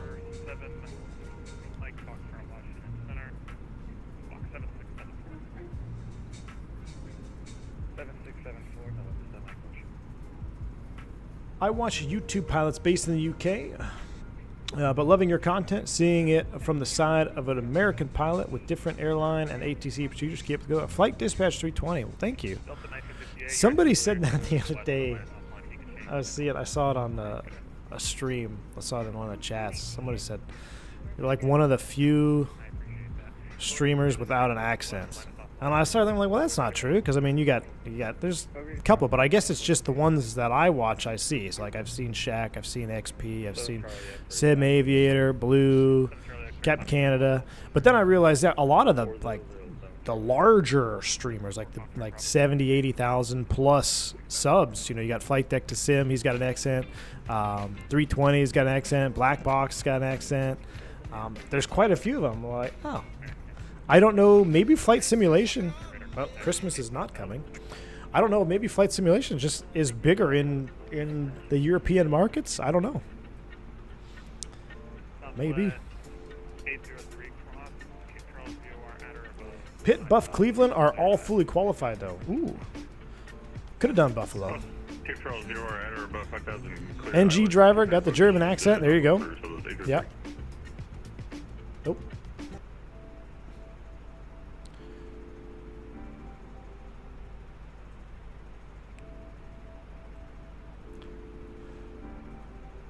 Q8, yeah, Q8's got an accent. Yeah, indeed. Good Washington 070, tower 1527. Trying to get this set. There we go. There's the AOA. So I was looking for that on the TOLUS. If you guys remember, I was looking for the AOA vane when we talked about the backup speed scale. There it is. So it's actually modeled on this one. So this little vane, it's basically a little wing. And it deflects with the airflow around it, and it is measuring angle of attack. So it's calibrated for the wings of the airplane and the lift of the airplane and all that. But this is your angle of attack indicator. So that's what I was looking for earlier. We're talking about the backup speed scale and flying AOA. There it is. You can still hear XP's Jamaican accent often, too. I know. Lauren, I didn't realize. So he's live right now, too, isn't he? What we need to do, can I ACARS? I guess I can't ACARS. Can you ACARS from the FlyByWire? I want to ACARS as 310. But maybe that was only an X-plane, because I remember I was ACARSing Flight Deck to Sim in the INI A300 in X-plane. I don't think there's any way to ACARS back and forth in Microsoft yet, I guess. Mentor Pilot, yep, watch Mentor Pilot. Jeremy, what's up, man? Just got back. What do you think of the sounds? The new TOLUS? I think they're okay, but definitely not as good as Phoenix or this thing. Oh, yeah.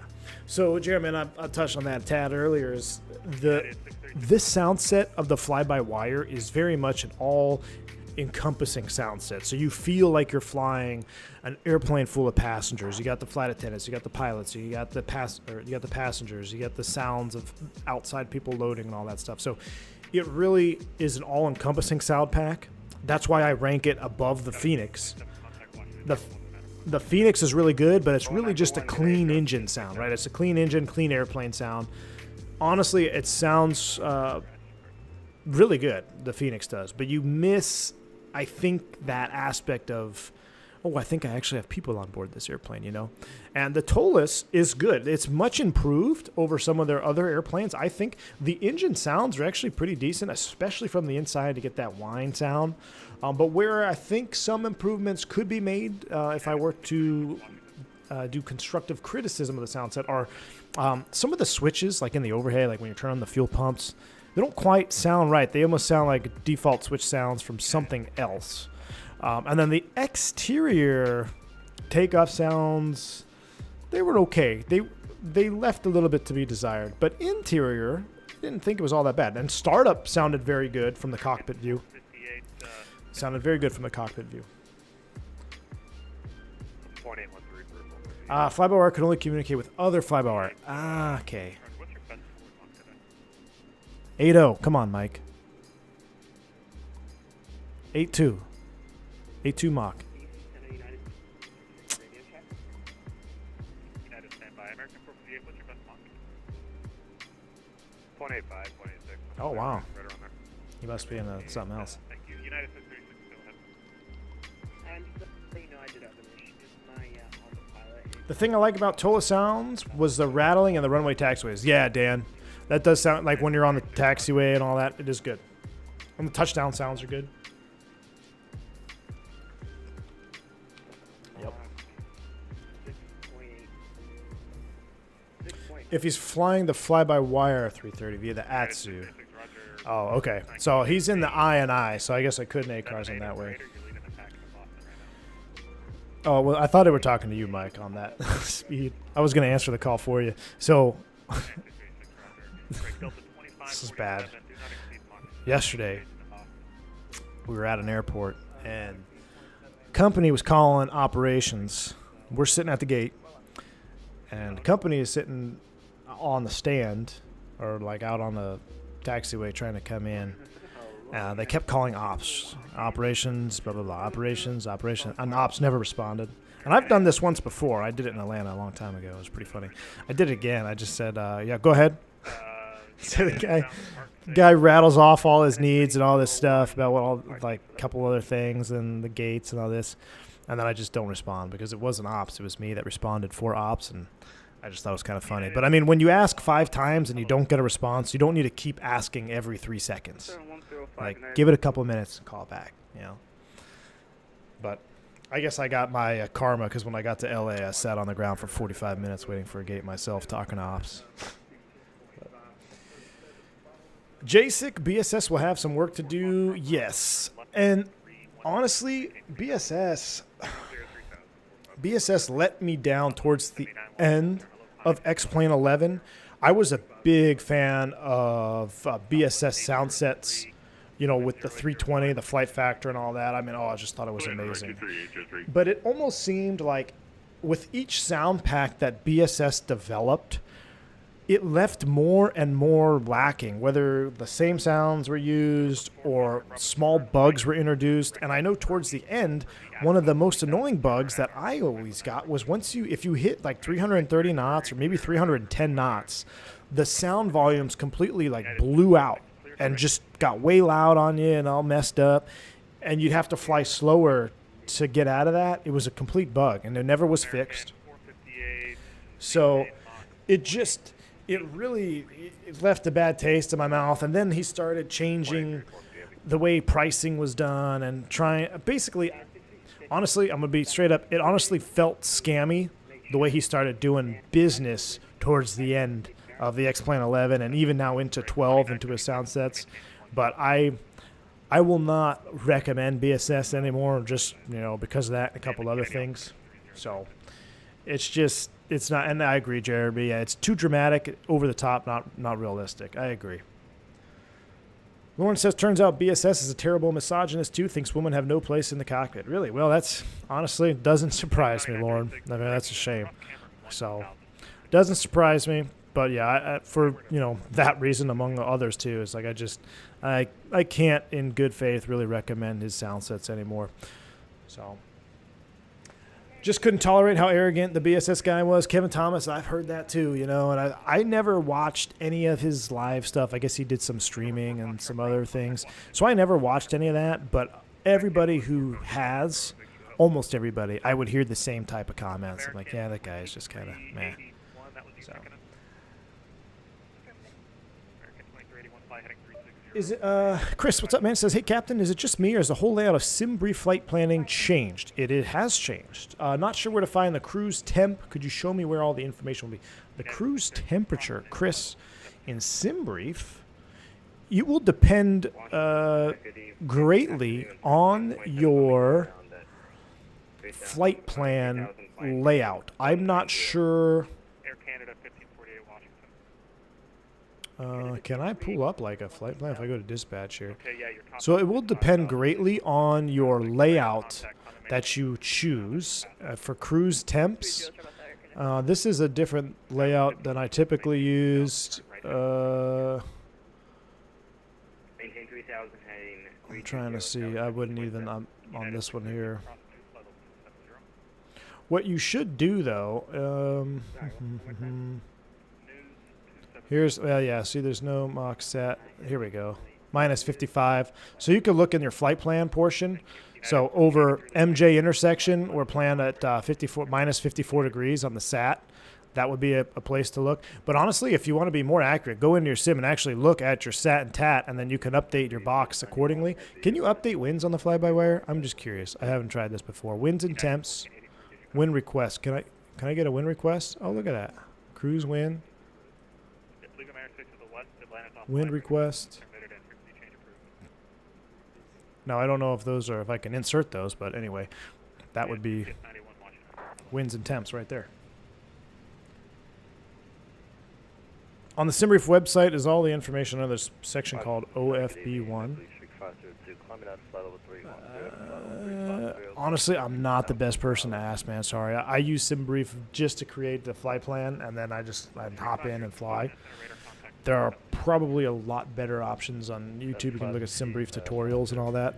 Probably get you a better answer. I don't want to lead you astray in the wrong direction because I honestly don't pay too close attention to my SimBrief. I just do it so I can file with VATSIM and be done. Do you think the Tolis 321 or Phoenix has a more realistic flight model? That's interesting. You can't... A 321 versus a 320 in Microsoft. I'm going to lean on the Tolis on that one because I believe X-Plane 12 has got, as we saw today, if you watched my stream earlier, there's some really good aerodynamic principles in X-Plane 12 that shine when it comes to abnormal flying. So, engine out scenarios, high drag scenarios, ground friction. That's not really aerodynamics, but ground friction, I'd throw that in there. But that's not to say that the Phoenix is not good. Where the Phoenix shines, as far as flight model is concerned, I think it hand flies really good. I think it flares pretty good. Honestly, I don't find glaring issues. The biggest problem, maybe not problem, but drawback in the Phoenix is the engine model. They're a little bit off because they're not their own engine model. So they've basically tweaked the default engine to try to make it match. So that can be a little off, and ground friction can be a little off as well. The lack of inertia in Microsoft as a whole and all that. But as far as if you just want to fly a normal A to B flight, you probably won't even be able to tell the difference. Uh-oh. Here we go. Something tells me that V1 could probably have a 20 to 30 minute roundabout story and comparison between 223 and 556. C2A, you absolutely bet, man. You need a micrometer to tell, but basically has to do with pressures and chamber pressures and all that. But yeah, we could talk about it. We could talk about it, C2A. We're not going to turn this into a gun chat, especially with the recent, communist guidelines Discord is coming down with now. We got to be careful about what we post in there too. So, but it definitely could, Mike C2A definitely could, man. Thanks for the $3 bank angle check. We could talk all about them. Talk all about them, man. Especially so at the new house C2A. I can shoot 100 yards off my back porch, which is something I've always kind of wanted to do. Like straight line of sight, 100 yards, right off the deck, man. It's pretty fun. Podcast talk, exactly, AJ. V1, where is the CAPS system on this airplane? Are you talking about the Cirrus? Oh, that's Boris. What's up, man? Hotshot is in the house. Hey, man. Good to see you, dude. You are Boris. Yeah, Hotshot is Boris, right? I mean, you get all these different aliases. There's no caps on this bad boy. I know you Cirrus pilots. You don't even know what best glide is. You just know when to pull caps. Good to see you, man. Your sound set, still the pinnacle, man. Still the pinnacle. Shooting while grilling. Absolutely, Lauren. Absolutely. Already done it. Been there, done that. We'll continue to do it. Except I got to make sure the windows are shut because I was doing it when the windows were not shut. Wife wasn't all that happy about it because the kids were sleeping and they were no longer sleeping after that. Brought out the old G3, fired a couple 7.62s off the back deck with the windows open. That'll wake up a few kids. But Boris, I saw your recent video you just posted. You were starting that, what is it, 172? You were starting something in there in the Discord. Man, I don't know what you used to record that video, but I honestly felt like I was sitting in the seat next to you. The quality of sound on that video that you just posted in Discord was awesome. So no wonder your sound sets are awesome. Been there, done that, got that t-shirt, says Shaq. That's a good... hey, I'm going to find a t-shirt that says that. I'm going to find a t-shirt. Shooting while grilling. I like it. Best glide in the Cirrus is whatever the descent velocity governed by the parachute equation is. Is the wing flex affected by the APU in any way? I feel like this is a trick question, but I'm going to go ahead and say no. V1, when is the next unicorn sighting? EA podcast story time. Lol, I'm ready to sit back, grab the popcorn and listen. Lol.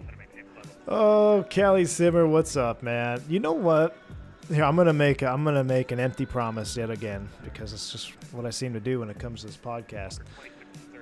We could try to do one tonight when I get home.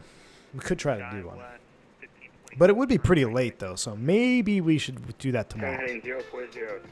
I've got the Starlink at the house still because that's what I want to do. I want to be able to do a podcast or whatever. So there's really nothing stopping me other than time. I'm not going to say we're going to do it tonight, but if I don't get called tomorrow, we can do our X-Plane stream tomorrow, and then maybe we can do a podcast tomorrow. We got some stuff to talk about. Empty promises emoji. Definitely need one. I definitely need an empty promise emoji. Do I watch Swiss 001? A negative, Ghost Rider. The mythical podcast. Tomorrow night is the Oscars. Look for another slap. Looking for another... I didn't know that was still a thing. Didn't know the Oscars was still a thing. Unless someone was getting slapped, then I'll probably watch. That slap was probably the best thing the Oscars ever had happen because it brought attention to it.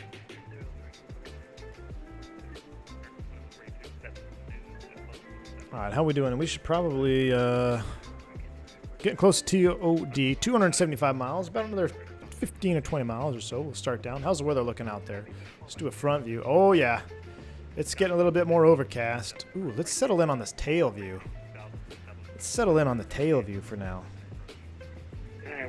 74 gear. Is that Kelsey? Is 74 gear Kelsey? I think I watch him. Or at least I went on a tangent watching his videos the other night. Is the Tolis 320 running FMS2? No, Jeremy Harvey does not. From what I saw today, there was no FMS2. I don't know if there's a way to change it, or like if there's an option. But I didn't see any FMS2 stuff represented today in the Tolis. We'll check again tomorrow. We'll look through the ISCS tab closer tomorrow. I don't think there is. Diego, good to see you, man. It says, V1, I don't know if I ever made a comment that you didn't like, but in all the streams you don't answer any of my questions. Uh-oh. Diego, what did I miss, man? Honestly, I think a lot of it has to do with a profile or with your chat picture. I think yours, because it's a smaller picture. It's not like when I see brighter colors, I think my eyes are just drawn to it. Like yours is kind of gray. I think it's a picture of you. I'm not saying it's a bad picture, but it blends. I think that happens. So I'm sorry, man. I apologize. Let me scroll back up. Did you post something?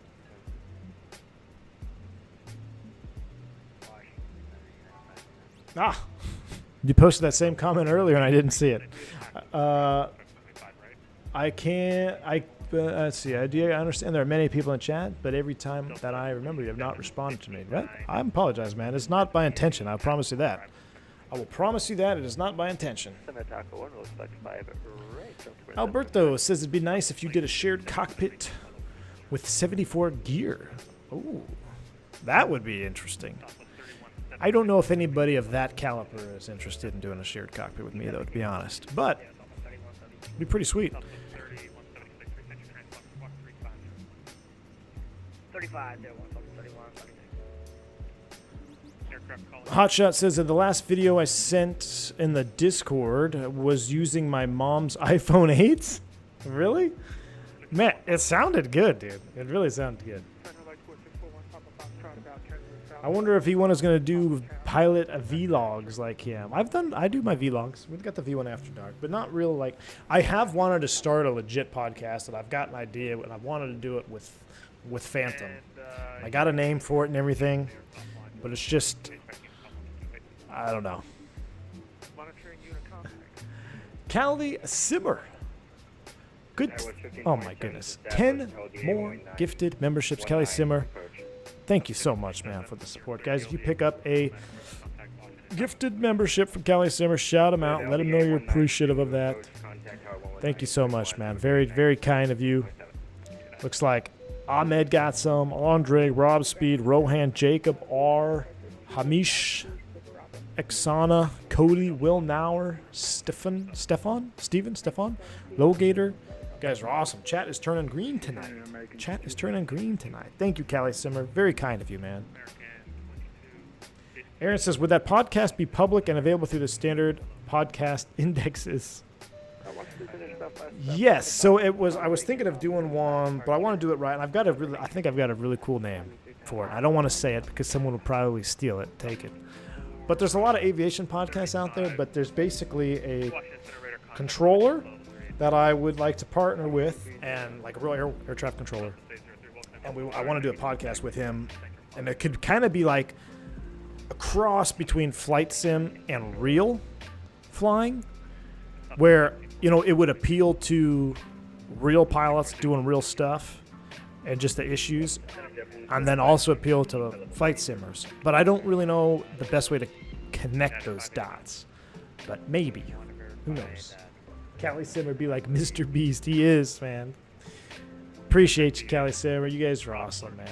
You guys are awesome. Blackbox 711 says you'd like to do a shared copy. Swiss Tony, yes, I would love to do. I want to do a podcast with Blackbox. I need to get Blackbox on here, and we need to do something together because Blackbox 711 has been. He honestly was the first person on YouTube that I watched doing anything in relation to flying simulators. So I would really, really enjoy being able to do something with Blackbox. I have to reach out to him somehow. I don't even think I'm in his Discord or anything like that. But that would be cool if we could be put in touch. And I know he's in Germany, right? Is he in Germany? So a timeline would be hard to sync up, but it would be really neat if we could do something together.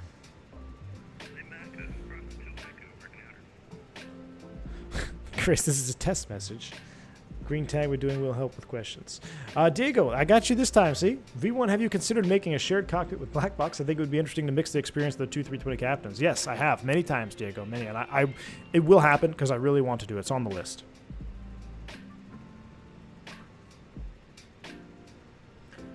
I'm going to soon release a sound update for the fly-by-wire, mainly refining some stuff like ground roll, mainly making the exterior engine a bit quieter.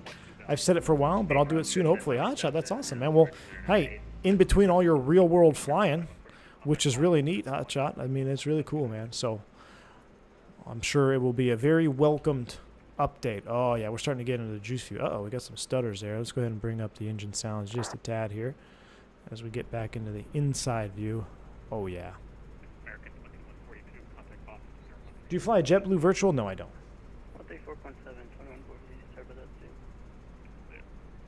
Justice 1914 is 3.7 for 5,000. What's the hardest written FAA exam you ever taken? The hardest one? Justice 19. It's probably your ATP written. Justice 1914, Washington Center, radar contact, comment change level. That's probably your most challenging one. Change level 210, Justice 1914. Southwest 2257, descend and maintain 16,000. We're gonna have to start getting ready to do our descent prep here into Raleigh. Let me see what's online tonight. JFK, DC, Hartford. All right, nothing in Raleigh. Brendan Berry coming in with a $5 super chat. Thank you, sir. Thank you for that. Very kind. He says, just got Pro ATC SR. In real life, when controller says heading 185, do they mean get the nose point of 185 or account for wind heading, if that makes sense? Oh, I see what you're saying, Brendan. Thank you for the super chat. They want you to fly the actual heading. So all air traffic control vectors, they want you to fly a heading, because if everybody's flying a heading, the wind is doing the same thing to everybody that's in that same position. So if you fly a track and everyone else is flying headings, guess what? You're going to be the one in the wrong. So you always want to fly the heading. In fact, in real life, I've even had controllers ask me, it's pretty common, what are the winds? Like just last night, I said, hey, what are your winds showing right there? It was the approach controller. He wanted to know what the winds were for vectoring airplanes onto the final approach course. So that is a very common thing. They'll ask you what the winds are, and then they will adjust their vectors accordingly to the wind. So always fly heading, don't fly the track. Unless it's explicitly stated somewhere, maybe on an approach chart. Sometimes there are charts, approaches, either a missed procedure or something, will explicitly say fly track this, but that's very rare. I mean, the Airbus, like Lauren is saying, unique to the Airbus that can fly a track. Not many airplanes can. I mean, yeah, depending on the equipment on board, you may not know your track. There's definitely airplanes out there that you wouldn't know your track. I mean, you can calculate it, but the Airbus is unique, and which makes it very easy to do track. You just select track there on the FCU. So, wouldn't it be easier to use track for everyone? Yes, but not everyone has track. That's the thing. Have my passengers been behaving yet? Yes, they have. Shared cockpit with Flighttek to sim. Oh, man, I wish. That's pipe dream, man. That's something we've been wanting to do since X-Plane 11 was a thing. All right, let's get some weather. We got to start focusing on what we got going on here. We're getting ready to start down. Let's go ahead and pull up the sounds. Let's get the ATC up a little bit. Southwest 2257 leads my airspace. Philadelphia is offline.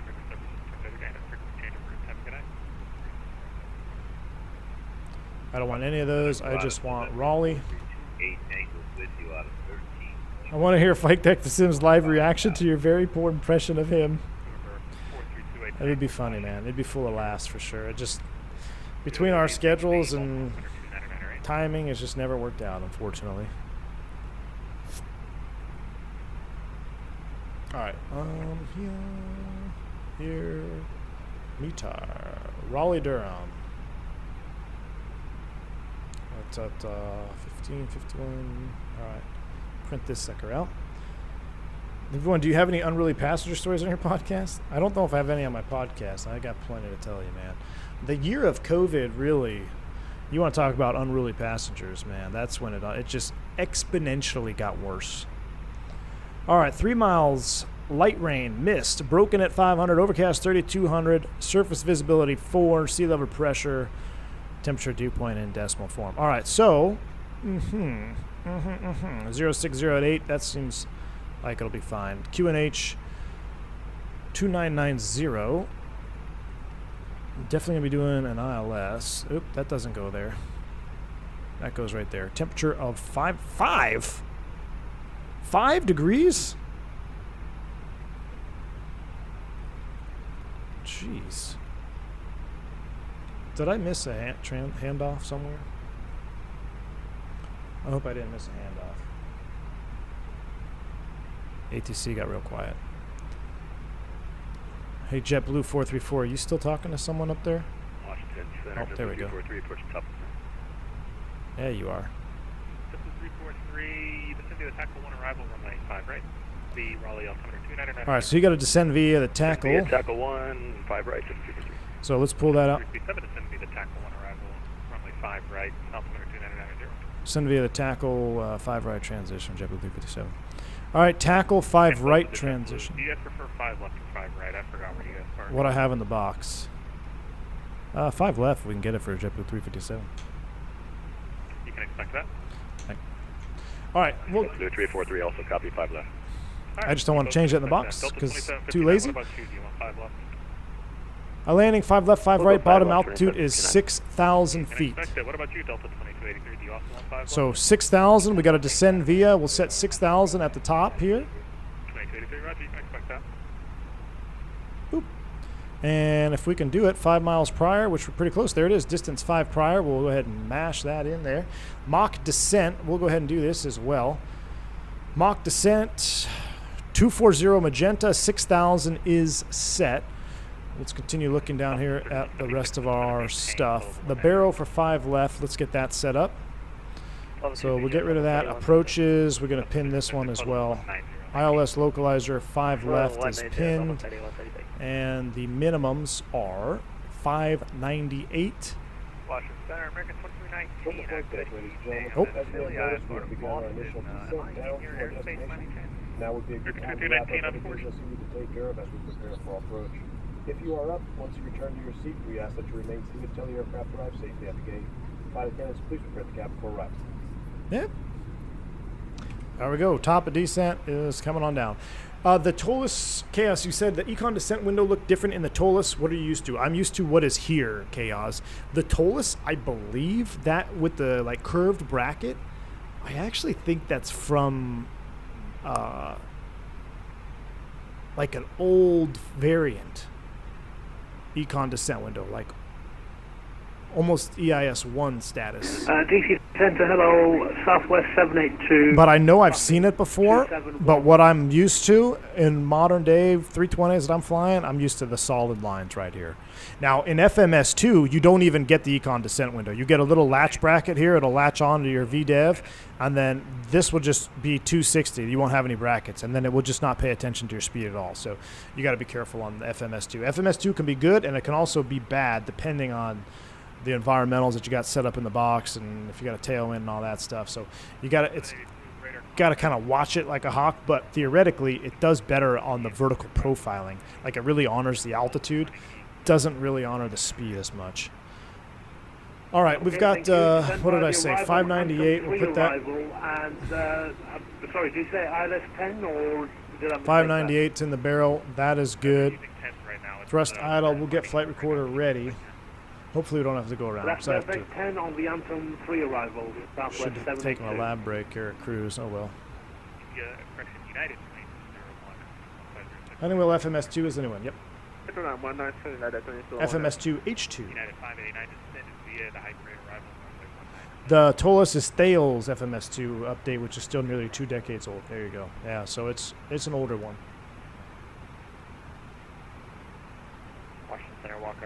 If you like the 319, do you think you would like the 319 Neo? I would, but unfortunately, I think that's kind of been killed by the 220 series. I think the 319's been wiped out by the 220 series. Unfortunately, I was really looking forward to the 319 Neo takeoff, and I think there was an operator in the U.S. that had 319 Neos on order, but that's not going to happen anymore. I would be very, very surprised if a 319 Neo lands in the U.S.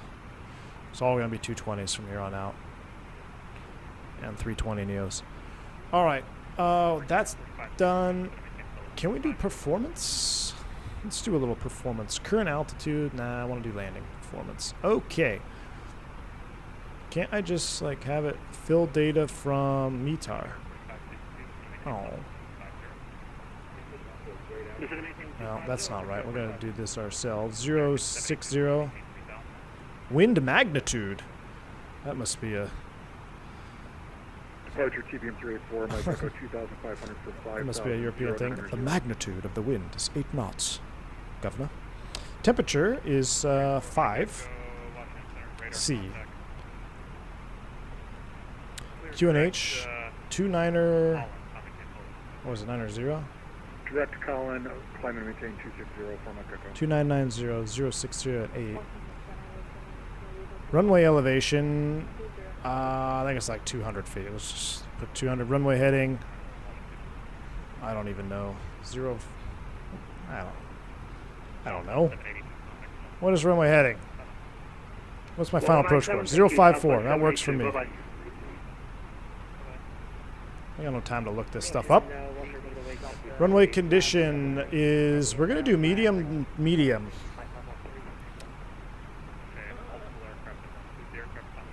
I don't know what my approach speed. I don't know. You guys make this very difficult. VAP 127. 127. Weight. Oh my goodness. 128. Flaps full overweight procedure. Nope. Reverse thrust. We'll calculate it without reverse thrust. That's how it's always done. Auto land, no. And why want to calculate? Thanks, appreciate it. Do I have to put this in? LDA, landing distance available. 7,000? Calculate. Ooh. Okay, well that can't be right. We can stop. I promise you. We'll be able to stop down there. 6,600 feet. Medium brakes 6837. Low brakes 7,400. Interesting. I don't buy it. Wow, look at this view coming down here though. We are entering the weather. Sammy says, thank you for the stream. V1 was nice talking to you in chat. Thank you, Sammy. Thanks for stopping by. Have a good night's rest. How are the bathrooms at Detroit? They're far and few between unless you're in the Delta side. If you're on the Delta, like the Delta terminal, it's not bad. If you're on the American, Southwest, Spirit side, they're far and few between and always occupied, and you just gotta hope you don't get shanked in there, man. That's all I gotta say. Your Q&H is wrong. It expects thousands of puns. Huh. Q&H is wrong. I think you were too heavy. Interesting. Kanopki, thank you so much for the €5 donation, man. It says, it always puts a big smile on my face when V1 throws some spicy comments into Flight Deck Sims live stream. I always repeat these parts. Kanopki, thank you so much, man, for the $5 super chat. Yes, it is fun. I love throwing a little friendly banter into Flight Deck Sims into his streams. I mean, seems like a great guy, and man, it'd be fun to catch up with him someday. Maybe even a sit down podcast with him one time would be pretty cool, because we actually had a pretty similar.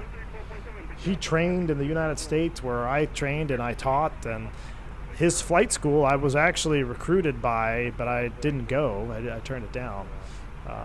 I was doing some other stuff with Asiana Airlines at the time, but yeah, we've kind of had a semi-close parallel path in the industry. So, but yeah, I always love chiming in on there. I'm proud of our RDU. Slam, they're awesome, man. They're awesome. They are good. I entered 29.9 instead of 2990. 2990. But when I hit enter, oh, is it a decimal that's in the way? Okay, 30. I don't think it makes a difference. What's hectopascals of 2990? This is going to trip out the descent here. Watch this. 1013. Oh, I don't want QFE. Standard. Let's try this. More than one way to skin a cat. 1013. Hey, look at that. Wind direction, magnitude of the winds. Sir, what do you have for the magnitude of Dusseldorf? 8 knots, Captain, sir. Alright, 8 is set, 5, 1013, elevation 200 feet, 054. I think the medium RCAM is what's tripping out. If I did good, watch this, it'll be much better. Look at that. Medium brakes, max brakes. And the runway is actually longer than 7,000. Let me pull it up for you. It's actually like what? We're landing 5 left. It's 10,000 feet long. So let's do that. 10,000 feet. Now, there we go. Look at that. So easy, even American can do it. Flight Force, good to see you, man. What's up? Thank you for the $5 super chat, Flight Force. Appreciate you. Says, hi everyone, hope all is well. If you were to do it all over again, what would you choose for a career? Flight Force, same path, man. Honestly, I've been blessed. I've been very fortunate with my career, and if I could have, here's the thing. The only thing I would think about changing, when I was a young kid, I always wanted to fly medevac helicopters. I don't know why or what the deal was. I just thought it would be so cool to fly medevac helos. I never did the roto thing. Seriously, you know, I've done some roto flying, some helicopter flying, but if I were to change it, you know, then it would obviously, that's military, right? So then you got a contract, and then you're giving up a lot of seniority in years as time goes by. So it's like, it's a trade-off. But honestly, I can't complain. I've been very blessed in my career progression and how it's all worked out for me. So I can't complain, but I would definitely do the same career path. I don't think I would choose anything other than aviation. I think that's what I was born to do, and I'm very passionate about it. So I think that's that would be very similar to what I've already done. So, but thank you, man. And your pizza oven looks freaking sweet down there. So I need to get a pizza oven. It's on the list. I've been eyeing them, Flight Force. Thank you. Would you consider ATC as an option? You know, it's something that's intriguing to me, no doubt. But I just don't know if it's for me. I don't know if it's for me. I think it's a special breed to be a controller. You got to be a special breed. Taxi, runway 5, left holding point, Sierra 1 via Alpha Tango Sierra with the British accent. Yes, I know. The holding point. Taxi 205, left holding point, Sierra 1. Radar contact 32 miles northwest. I know that flying sometimes is stressful and it is repetitious, but do you ever just sit back and realize how much... Jeremy, yes. You know when when it really hits me, Jeremy? Pushback, like on a sunset departure. Just the other day, we were sitting there, I had my coffee.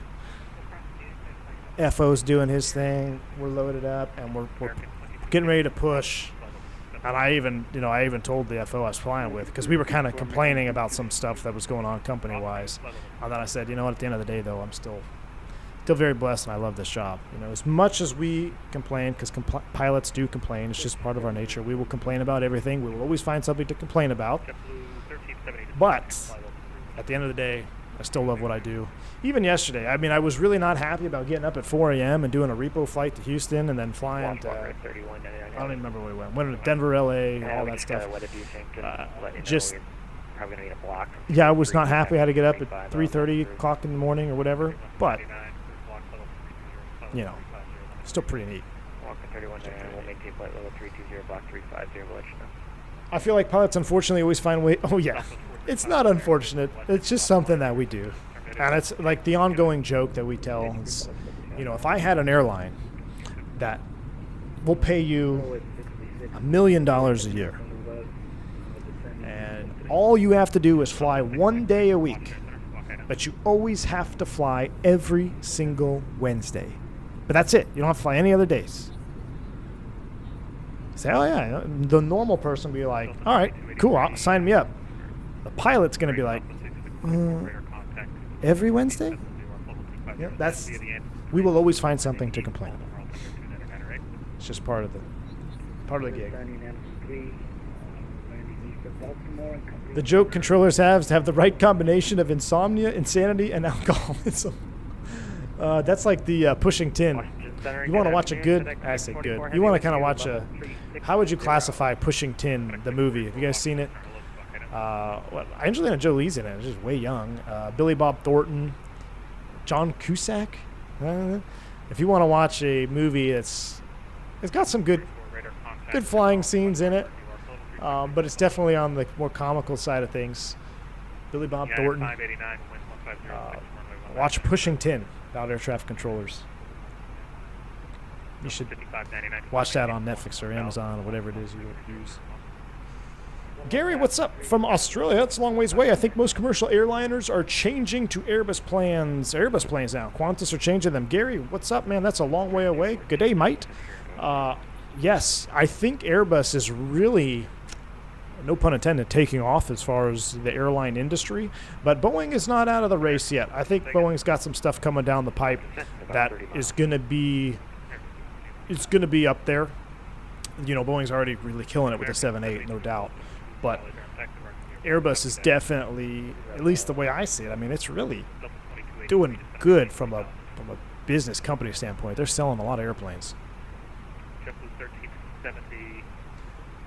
The best is line up and wait after the landing 320. Load up and wait behind or some convoluted thing. Yeah, that's Cam. We get that in South America and even in Mexico. We get that a lot. You know, line up and wait after the landing A320. So definitely true. Yes, this does look real, Brent. It does. This view right now, American 214. freaking awesome. American 214, are you able to accept an RMC approach or do you have to We actually I hope they have proper accents for New York. Oh, yeah, they do. Lauren, you haven't seen Pushing Tin? Lauren, your homework tonight, legitimately, you have to watch Pushing Tin tonight. It is mandatory watching. Mandatory watching. Got to do it. Got to watch it tonight. I will have a pop quiz for you tomorrow. And Walker 3199, you said you were back at 35. Andre, I agree, man. This view right now is breathtaking. I was gonna switch to wing view or check my VNAV profile, but this just looks too good. I think we're already past 18,000 feet. We got to check that. Yeah, we are. Let's go ahead and hit the magic barrel ref key, which is not working. I don't want HG. I want that. I don't want that. What's happening? 2999 is set. We'll set 2999 down here as well. We'll do manual brakes, full reverse. 17.5. We're still on the path. Everything is looking good. Exterior view. Yeah, that looks cool. Yeah, that looks cool, but nothing looks as good as this. We're back on. I call this the XP view. This is the XP72 view. Downloading Pushing Tin right now, Gina. Nice.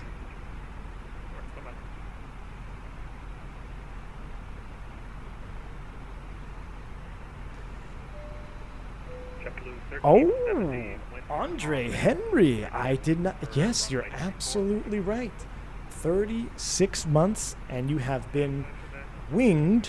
You have the official V1 wings, man. You've been winged from the V1 channel.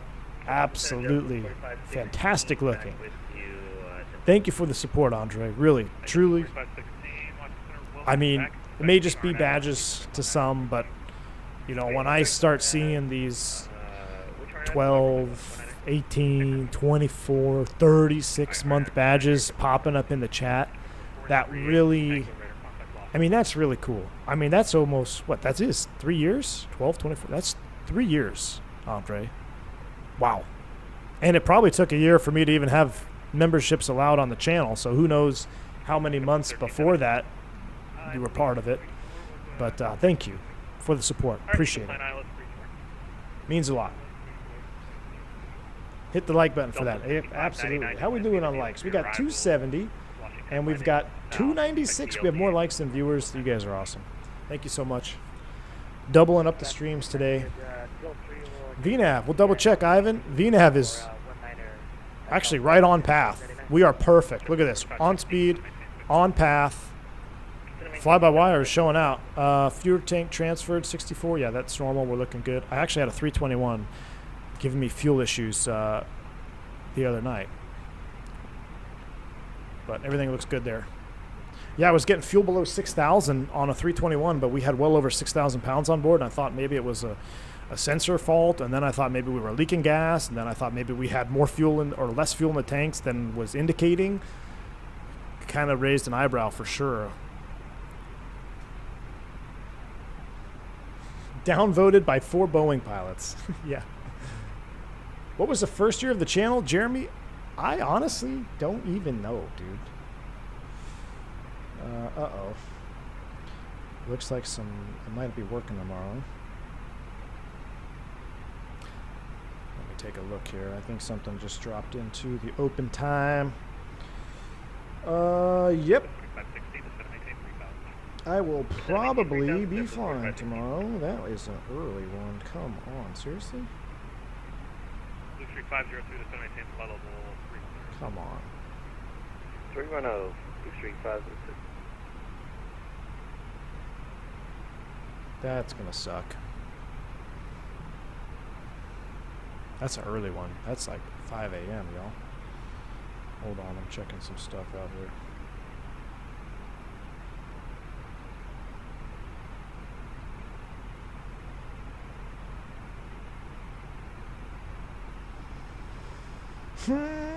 Washington Center receiving Skyflyer 2305 Heavy, speed is flight level 270. Skyflyer 2305, Yeah. Washington Center. We'll see. Into the soup we go. What's the temp? 6. We need it. Engine anti-ice 1 and 2 is coming on.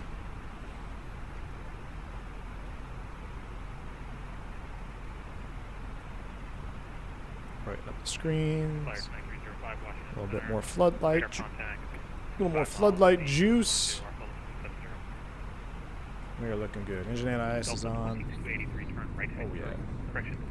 Today's super chats are now tomorrow's coffee. You're absolutely right. Not Heinzmeister. We had this conversation. You are not the master of condiments. Hensmeister. Right? Is it Hensmeister? Hansmeister. Thank you. But you're absolutely right. I'd rather fly a red-eye than a 5 a.m. departure. Yeah, me too. Because that means if it's a 5 a.m. departure, that means it's like a 4:15 showtime. And that means it's an hour and 30 prior to that I have to leave the house. So what's an hour 30 prior to 4:15 a.m.? That's that's like 2:45. That means I got to get up. If I get ready in 30 minutes, that means I got to get up at 2:15 in the morning. Yeesh. Yeah. I'd rather fly a red-eye. Because that is a red-eye. They probably saw I was having too much fun simming. Ivan, you know what? You're probably onto something.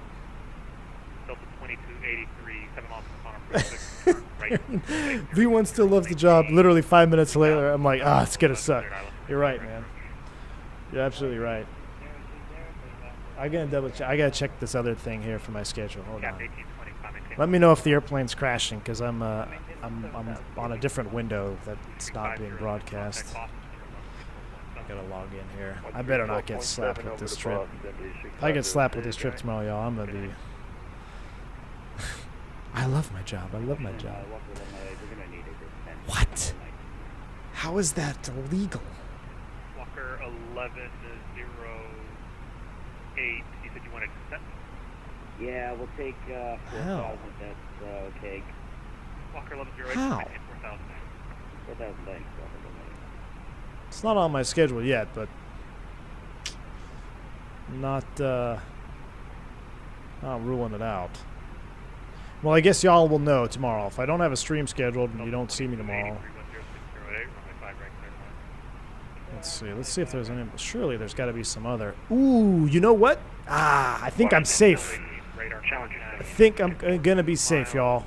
There's a junior captain. He's junior to me with the same report, with the same, we call him wrap time. So basically how reserve works, typically, and it kind of varies around, airline to airline, but for the general most part here in the U.S., when you're on reserve, you have a typical reserve period or a wrap, and a reserve availability period is kind of what that stands for.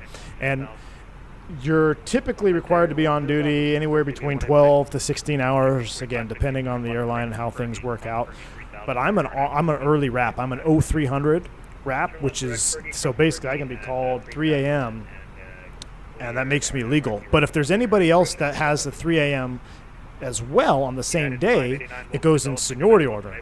So I'm senior to a couple other R3s that are on tomorrow. So hopefully, that's the only trip I see. So hopefully we can dodge a bullet there and we can stream. Because, I mean, streaming is just so much more fun than real world flying, right?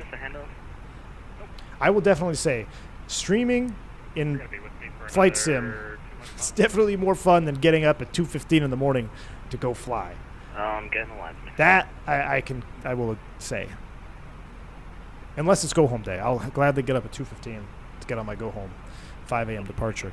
Because that means the airplane came home or landed the night before. And, oh, man, these clouds. It's just enough of the chit-chat. Let's just enjoy this. This is real life. Flashy Emu. Thank you for joining the channel, becoming a commercial pilot. Welcome on board, man. Welcome. Exclamation point, welcome to if you need your new perks. Is reserve standby? So again, this is, I know you're saying you're from a different part of the world. So in the US, when we say standby, that is referring to like standby on call or standby reserve, which is a different thing. That means you're hot reserve. That's another term we use for standby, where you have to be at the airport. So for us, we don't have that. Most airlines don't have that. The hot reserve or standby airport reserve, that's really a regional thing.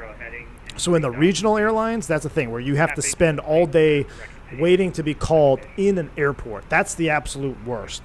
For us, it's just, you're on call. We have a 3-hour call out. So if I get called, I got 3 hours to be pushing off the gate. It's basically how it works. So if you live within about an hour and a half or so from the airport, you're still plenty of time to get there. This cloud, my breath is taken away. Are you guys seeing these clouds?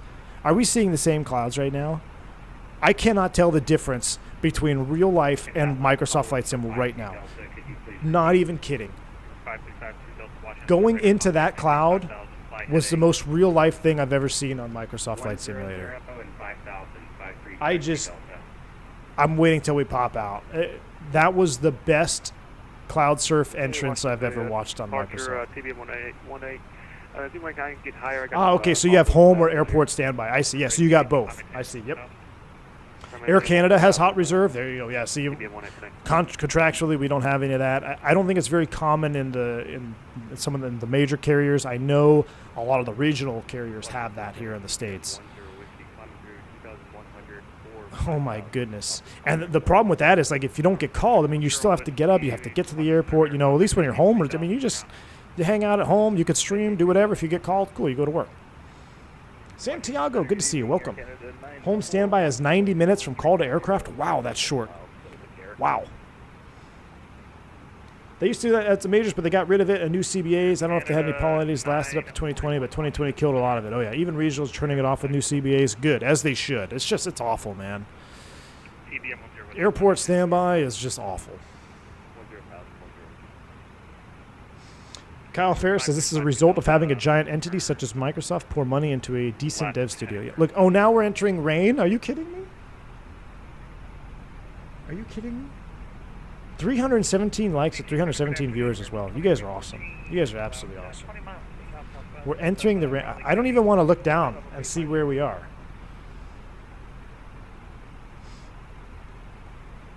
This is just so cool. We're 9.5, leveling 9,000. The fly-by-wire has been perfect on the descent. Let's go ahead and get the lights on. We'll do that. Flight attendants prepare for landing. You hear the wind noise coming out? There's the lights extending. So awesome. The sun through the cloud is just crazy. Do you always leave a suitcase packed at time? Yes, Jeremy. Especially, I do live kind of on the outer limits of a 3-hour call out. Like I said, I give myself an hour and a half to get to the airport. And if I park in the crew lot, you got to add another 15 minutes to get on the bus or whatever. So giving myself 90-minute drive, and it's a 3-hour to push. So basically, in 3 hours from being called, I need to be pushing off the gate. So I need about 45 minutes, to get, if I can, maybe 30 minutes at the airplane. So now we're looking at 2 hours. 2 hours of time gone. So it really only gives you about an hour to play with. So yes, I can not be packed, but it's much less stressful, I've found, if I just have everything ready to go. Everything stays. I have my work bag, my work clothes, my work shoes. Nothing leaves my bag. So when I get back from a trip, it goes right to the laundry. I used to fight with my wife on this for years. And then finally, I never gave up on it. I'm so stubborn. I said, look, I want the laundry cleared. So when I come home, I can literally dump my suitcase into the laundry, and then I can just dump it right back into my suitcase. I don't have to sort out what is work clothes, what is not work clothes. And it's a pet peeve of mine where if she throws, she'll throw in some clothes of her stuff, whatever, in my work bag laundry. I'm like, really? Now I got to sort through it. So then I'm just like, can you sort the laundry, please? Even though you only put 3 pieces of clothes in there. But it's just one of those stupid things that I get annoyed about. Instead of maintain 3,000, JetBlue 357. But yeah, I keep the same clothes, doesn't even wash with other clothes. That way it's just really easy to put right back in the suitcase. He gave us a descend and maintain so we can go open descent, thrust idle, open descent, starting down. I'm not done with this view here. This is just too much. Fubar, good to see you, man. You're just in time, dude.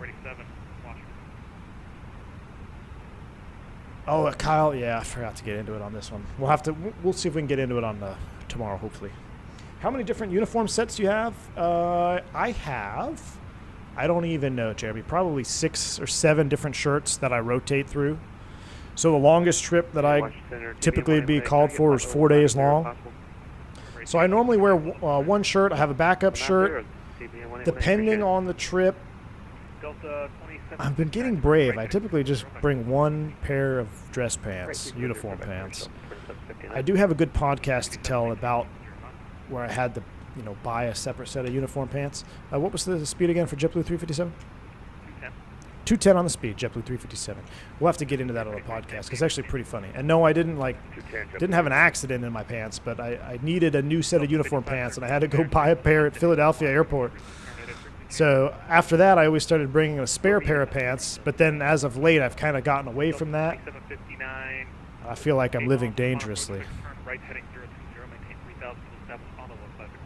All right, 210 on the speed. We're below VFE next by a lot. We're approaching green dot, but I'm gonna just I'm gonna keep it the flaps up right now. Let's turn these down. Let's get back to focusing here. Yeah, I can't believe I haven't told that podcast about when I had to buy a new pair of pants in Philadelphia. Did I? Surely I told that story. Did I not tell that story? Oh my gosh, it's hilarious, man. Or at least hilarious to me now. It may not be that funny to you now, but at the time, it's so embarrassing. Imagine pulling out your tie and Miss V1's bloomers are tagged along.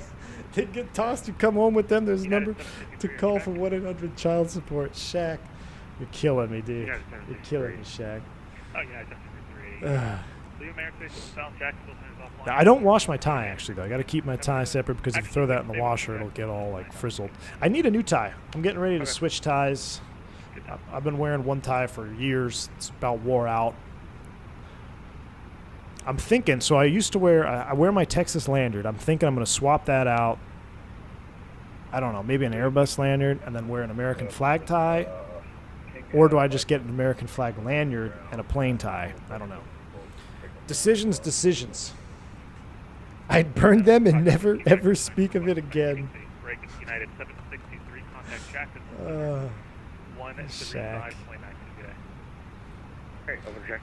5.4, descending 3. Throttletek cam is joining the chat. Let's turn up the sounds a little bit more.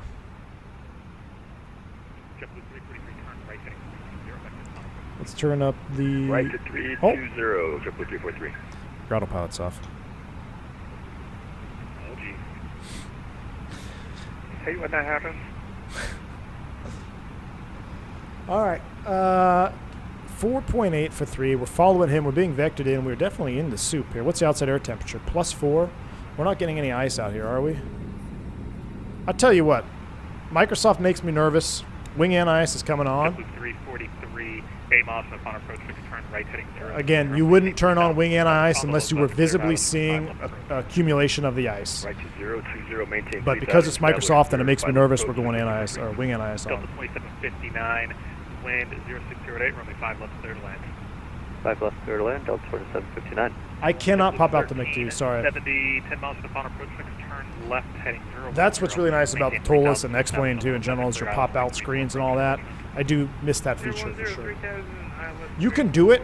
You can do it in Microsoft, but then I have to set it up in OBS or else you won't be able to see it because it will broadcast as a new window. Uh-oh. Why are you turning? 220, Delta 3599 and That's one thing you don't want to hear from your controller. Why are you turning?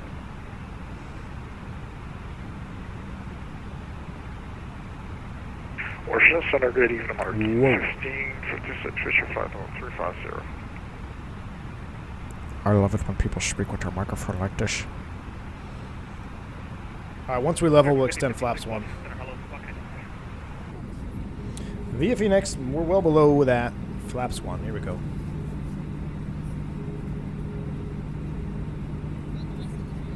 For 1818 cleared right. Allow that spool up sound there. We're leveling, spooling up. Alt 210 is on the speed. We're assigned 210. Norfolk Airport for TB 188. Appreciate it. Washington Center.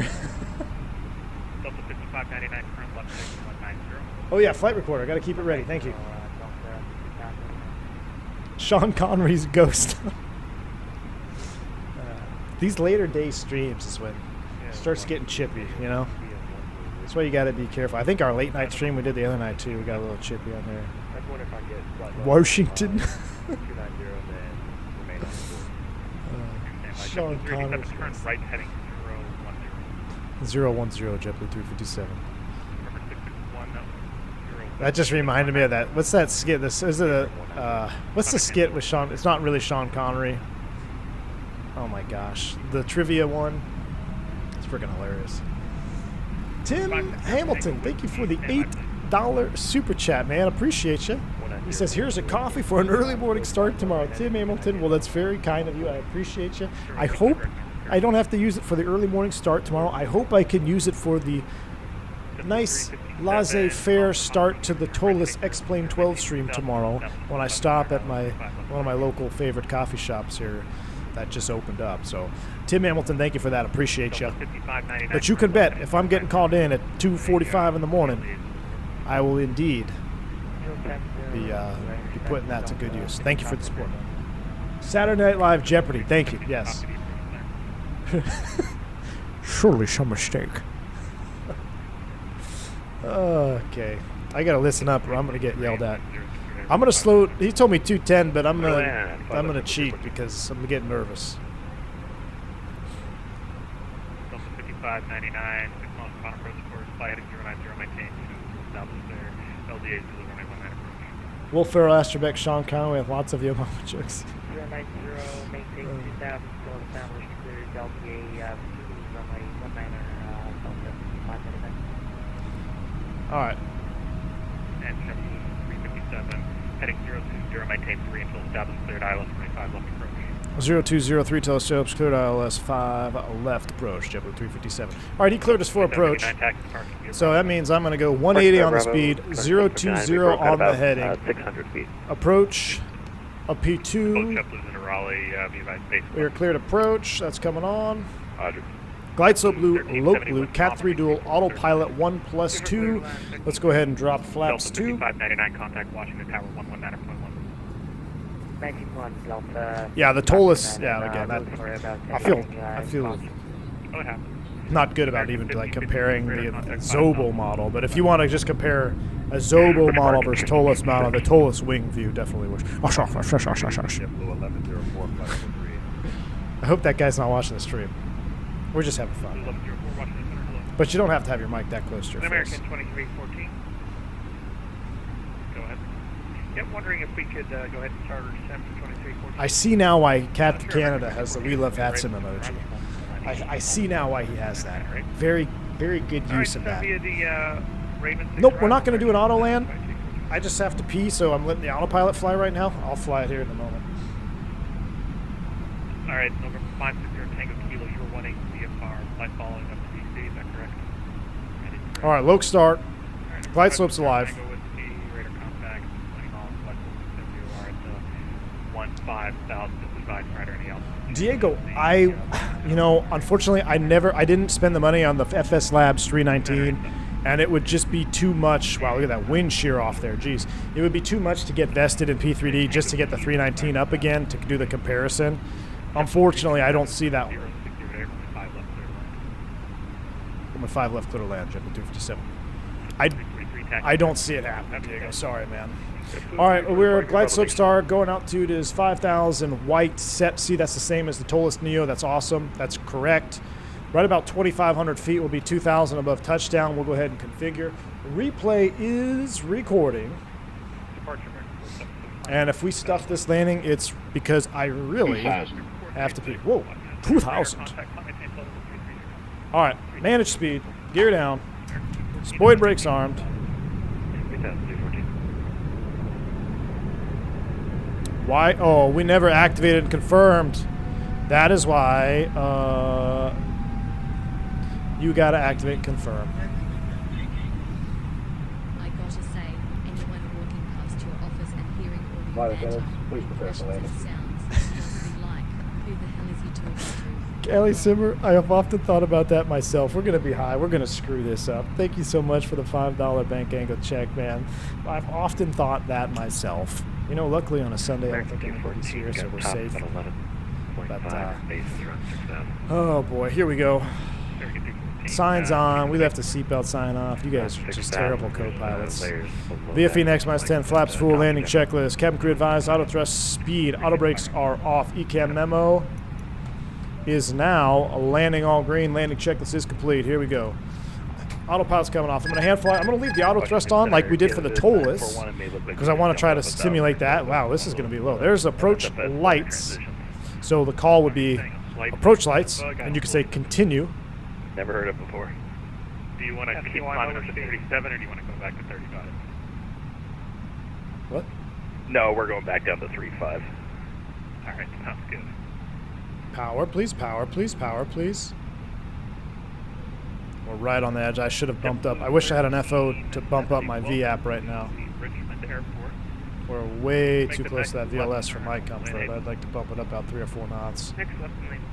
All right, runway landing is the call. And that looks like it's going to be Charlie. So you can taxi via Charlie, cross runway 2 on Charlie. Thanks for flying. No, Aviation Blaze. I typically like to turn the auto thrust off, but just because we landed the TOLAS 320 Neo with hand flown auto thrust on, I'm doing the same right now, just to kind of get a feel for the comparison. That's all. Just trying to see how the auto thrust responds on both airplanes. 2908, proceed to maintain 11,000. Pilot discretion, CP 1A. So, getting conflicting information here. I'm gonna slide into the Pappies, like sliding into some DMs. We're gonna slide down into Pappies there because I think that glide slope is a little off. There we go. There's our 2 whites, 2 reds. Watch that descent right there. Yeah, I'll hold you for now. I'll hand you off air in a minute. You can cross Trisha 1-2000 and identify. 30. Oh. 20. Retard. 10. 5.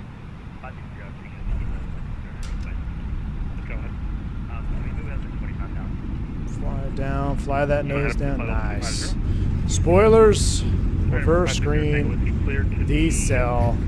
Washington Airport, the radar vectors for now. Climate change level 250. Haven't even touched the brakes yet. 70 knots. Tango, kilo. Oh, yeah, my brakes are going to be 70 degrees. Haven't even touched them yet. No need to smoke the brakes, man. Now we'll get on the brakes nice and easy. Take this next one here. Keep those idle buckets out, especially on a wet runway like this. You don't need any forward thrust when you make this turn. I don't like that when guys do that. They'll go right here. They'll go stow the buckets, and then you'll get a big forward surge. Not a big one, but you'll get a forward surge thrust right with the nose wheel turned, and if you're on ice or snow, it's just not good. Keep them in idle reverse. You're fine. You're fine. Okay, now I'm below 15 knots. Now we go ahead and stow the buckets. There you go. There's no need to go right into forward thrust at 60 knots. You're still slowing down.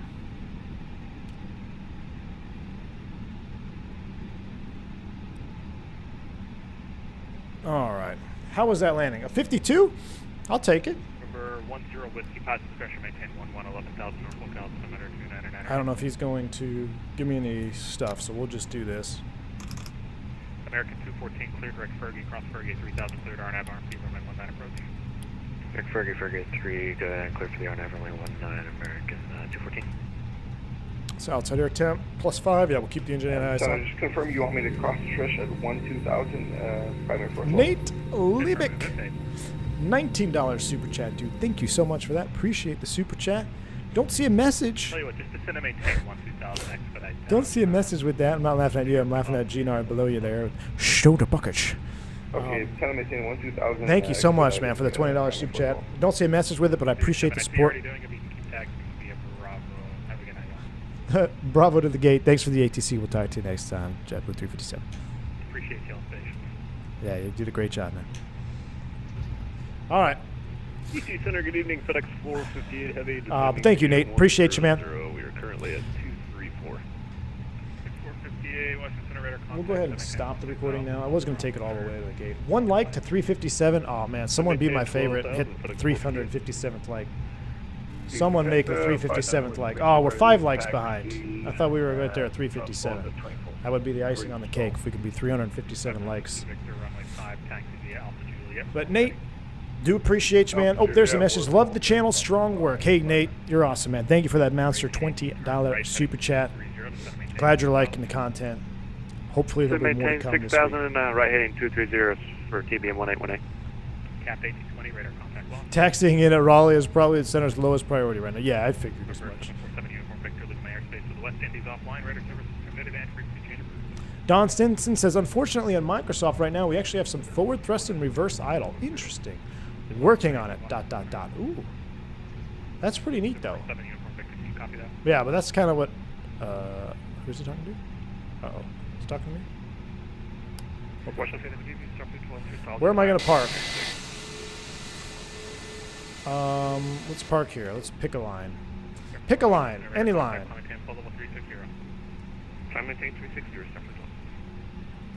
This ought to be an interesting... You guys should see me try to park in We're need lower. LA last night. Single engine, turning into the operating engine. It was tight. And we were originally supposed to make a right-hand turn to our gate. Then they changed our gate, and I was already on 1 engine. And it was tough. But here we go. We'll roll it in. Oh, wow. The sun is setting over there.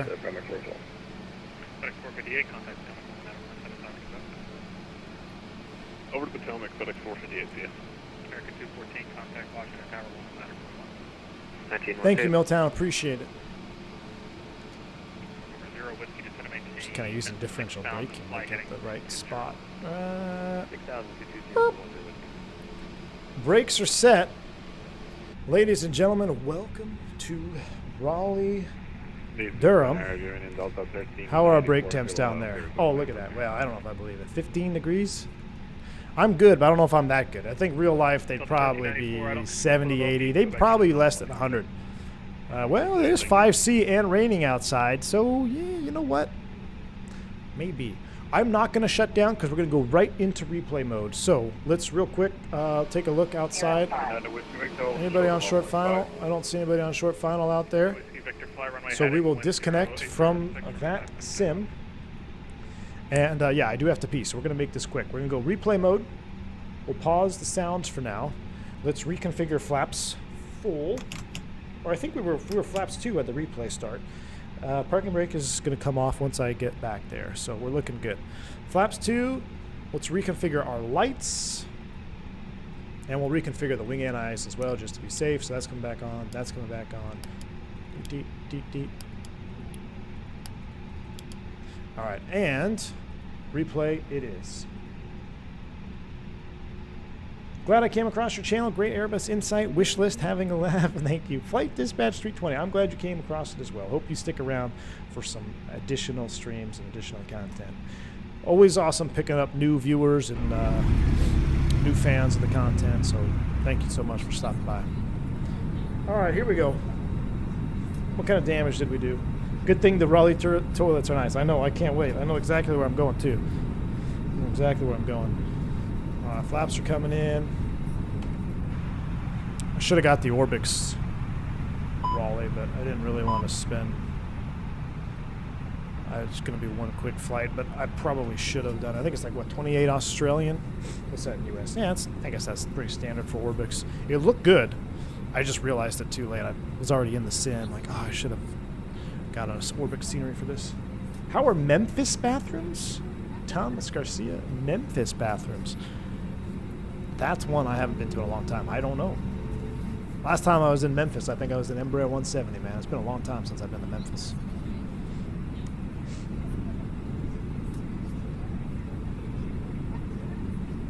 Let's see.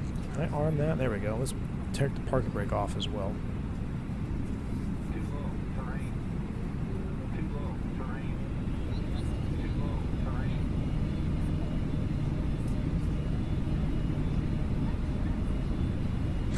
Sorry, I missed the feed. Just got the plane put away and now relaxing at hotel. Nice glass of milk. Random pilot, welcome.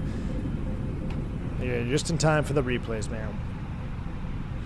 All right, so a little bit of Microsoft stuff happening with the glide slope. 200. They have glide slopes in the sim are a little bit funky, no doubt about it. But let's see how we did here on landing. We got low, no doubt. We lost a lot of lift coming over the numbers. I remember that. Oh, yeah. We just rolled it on. A little tiny, tiny balloon, but we just rolled her on there. Oh, that was beautiful with those swirly winds and rain. Good centerline control. You see the rudder working there. Shoot, I'll take that. Let's go ahead and do this. Let's back up this. Let's try it again. Resume. Get my throttles out of reverse. There we go. Let's watch it from the wing view here. Who wins, tolless or fly-by-wire? Whichever sim you have, that's the one that's going to win. If you have both sims and you want the most in-depth 320, you're going to want to go tolless if you have both sims. But if you want the best sounds, I don't know, depends.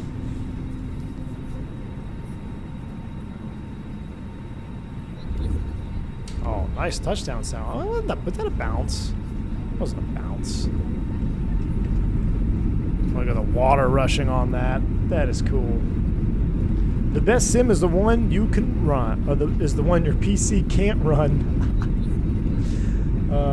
That's probably fairly accurate. The best sim is the sim that your PC can't run. Or you could just say the best sim is the sim that you can run, because that's what you've got. Got to make the best of what you have. All right, I'm going to let you guys watch a replay here or two additional.